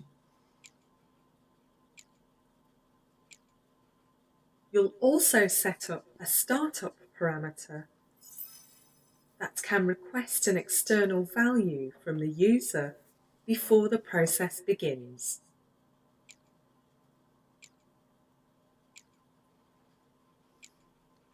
Username, password.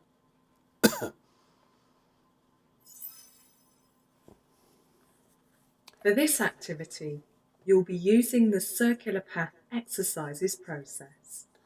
Right, so we'll just stop there. Let's just do that there. We'll go and grab the... are we still on the circular path? So we are still on the circular path exercise. There's the page 1, there's the page 1.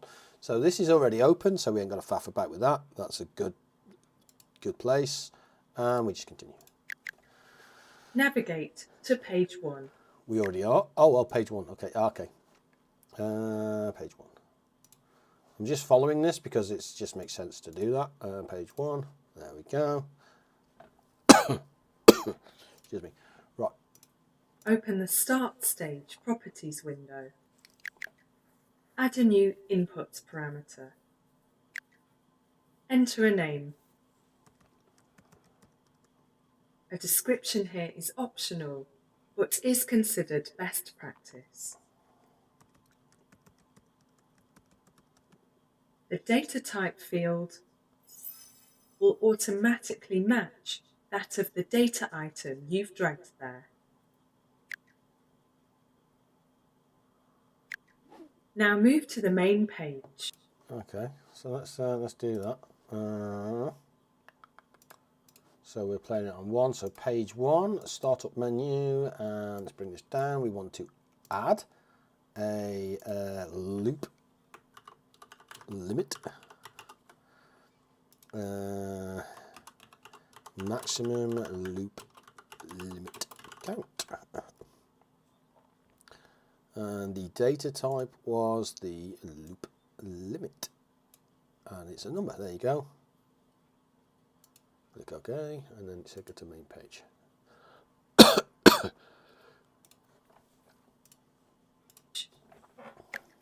And open the properties of the page reference stage. Notice that the Inputs tab has a new row in it. The value field is currently empty because the value for an input must be generated by an expression. To create an expression that can determine the value of the input parameter, open the Expression Chooser window by pressing the Expression Editor button. In this activity, you are just going to enter a singular value into the value field. A what? What? The page reference stage. Now move to the main page. What's that again? And open the properties of the page reference stage. Yeah, I get this. Notice that the Inputs tab has a new row in it. See, to me, this should be looking for. So you put a number here. So for 1 1 2 2 3 3 3 4 4 4 4 whatever, and then you drag that into there, and that's the value. Because that then can be set at this level and then passed down. But I'm not quite sure what this does. The value field is currently empty. Yeah. Because the value for an input must be generated by an expression. Okay. To create an expression that can determine the value of the input parameter, open the Expression Chooser window by pressing the Expression Editor button. The calculator. In this, okay. Yeah. So okay, the expression function build. Yeah, but see, you should just be able to drag and drop a number in or whatever your variable is from here. But where's the number 2 come from? Activity. You are just going to enter a singular value into the value field. So so she's just put that number in, has she? Is that what happened there? Hang on. So we're on page 1. Double click on this bad boy. It's now looking for the expression that there isn't anything here. So has she just put a number? She literally just put number 2 in it.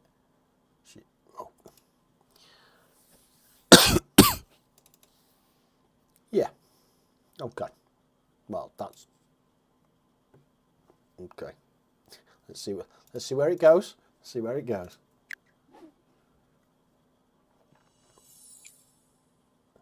The page reference stage will transmit this value to the start stage on page 1. Yeah, but you haven't set the loop limit The to read from start there yet, have we? stage will then set the number stored within the loop limit data item to this value. Now, Did we set that, did we?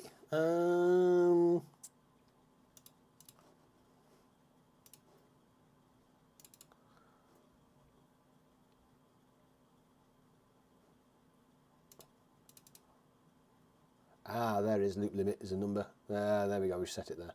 Okay. Which then comes, okay. Okay. Now, configure the process so that a value within a data item is used as the input. Oh, excuse me. Hello, hello. Yeah, I mean, that makes sense.